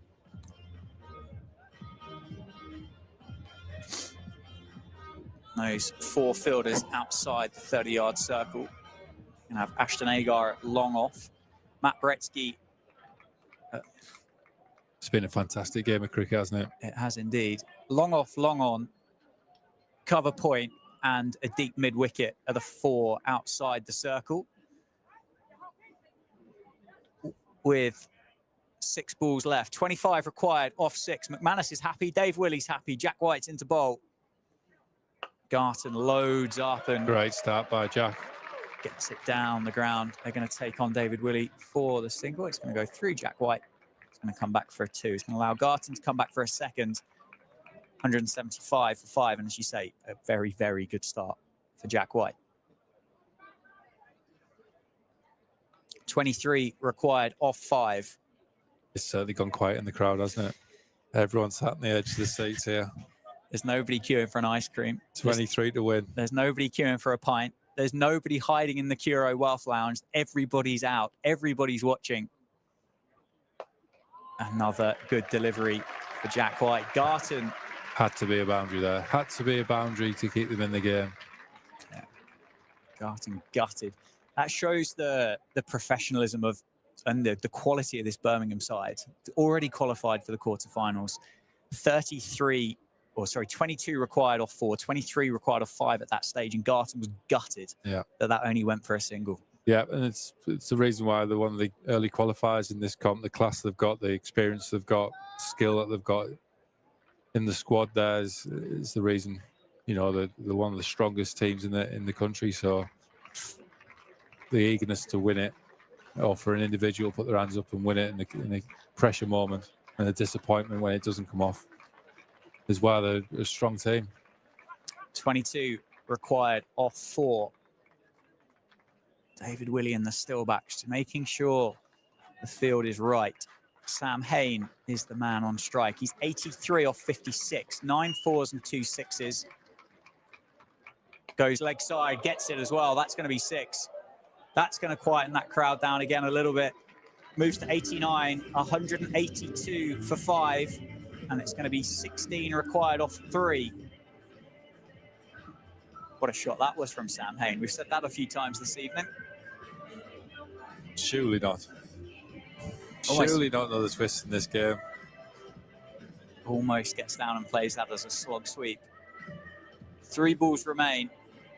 David Willey in conversation with Jack White. He said at the start, didn't you, beware the wounded bear. And he's 89 off 57 here. Matt Bretsky joins the conversation. Ravi Bopara in earshot as well. Yes. Is that full and straight through the effects mic, is it? I think it is, and I think the last ball was full and straight. He just stepped across his stumps and flicked it to the leg side. So there's always someone in the crowd just to give you a bit of advice on how best to do it. I'm sure there's been some clear, concise conversations going on down there, and Jack's ready to execute this delivery. Sam Hain faces up. 3 balls left. He goes again. That's going to be 4. That's going to go over Ben Sanderson at 45. Back-to-back boundaries for Birmingham. 12 required off 2. Sam Hain moves to 93. 186 for 5. As we've said, the Bears already qualified. They sit top of the table. If they were to get over the line here, would all but certainly, well, would confirm a home semi-final if that isn't pretty much on the cards anyway. And Steelbacks win, will get their first T20 quarterfinal since 2020. 2 balls remain. What are you saying down there in that huddle as a cricketer that would have been in situations not too dissimilar like to this in the past? What's the conversation like? It'd be a lot of what you're looking to do, where you're looking to execute. So he needs a 6. He needs to hit a 6. So where's going to be his hardest scoring option to hit a 6? It's probably going to be easier to hit it on the leg side. So are we going to favour going outside his swing, try and get it in the, towards the wide line? Obviously, you don't want to risk going for a wide at this stage, but risk reward a little bit as well. Anything to keep it out of his scoring zone. So I see they've put someone out. They put Vasco, I think, out at deep cover. They brought square leg up. So he is going to go slightly outside the bat swing, make it harder for him to get a 6. Hopefully it works. Go straight up. That's the one. There's a chance. Jack White is underneath it. If he gets there, oh, he doesn't. It goes down.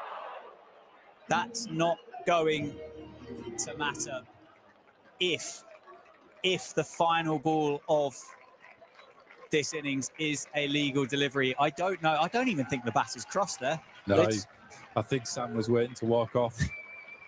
And then it was, they're always tough. You bowl the ball, you follow through, you got to turn, run back. You got to work your way around the stumps, the batter. Where's the ball gone? Where's the umpire stood?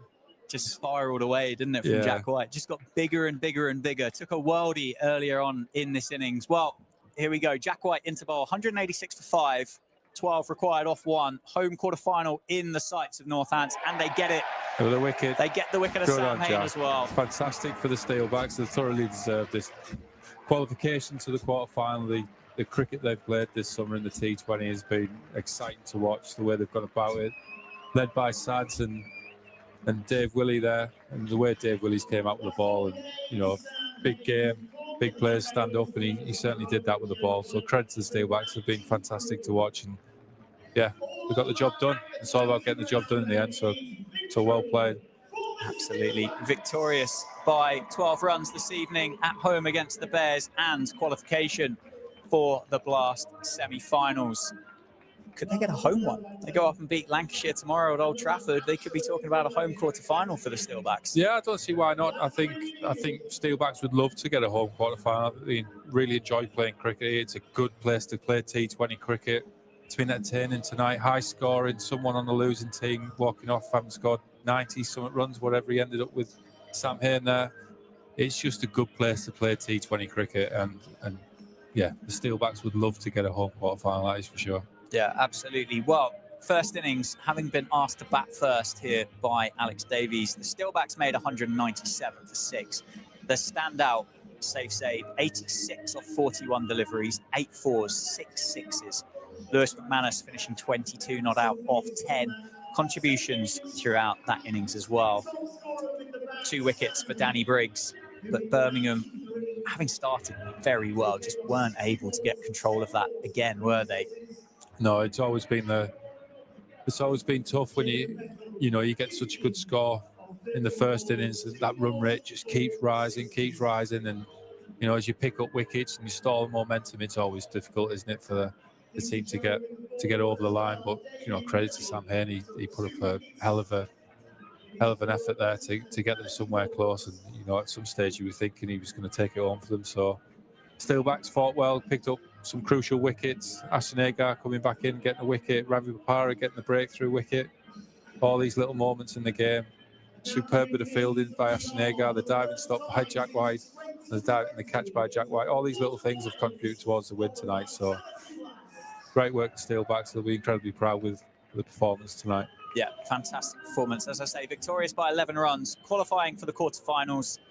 All eyes tomorrow at Old Trafford to see whether the Steelbacks can go one better and bring a quarter-final back to Wantage Road in 2024. Chris, thank you for your company. It's been a pleasure as always. Absolutely. Thank you very much. Enjoyed it. Hey, the stream powered by Daffabet at Northampton. Next up here will be the One Day Cup, which I believe is Wednesday against Derbyshire. And yeah, Steelbacks are in the quarterfinals. Happy days.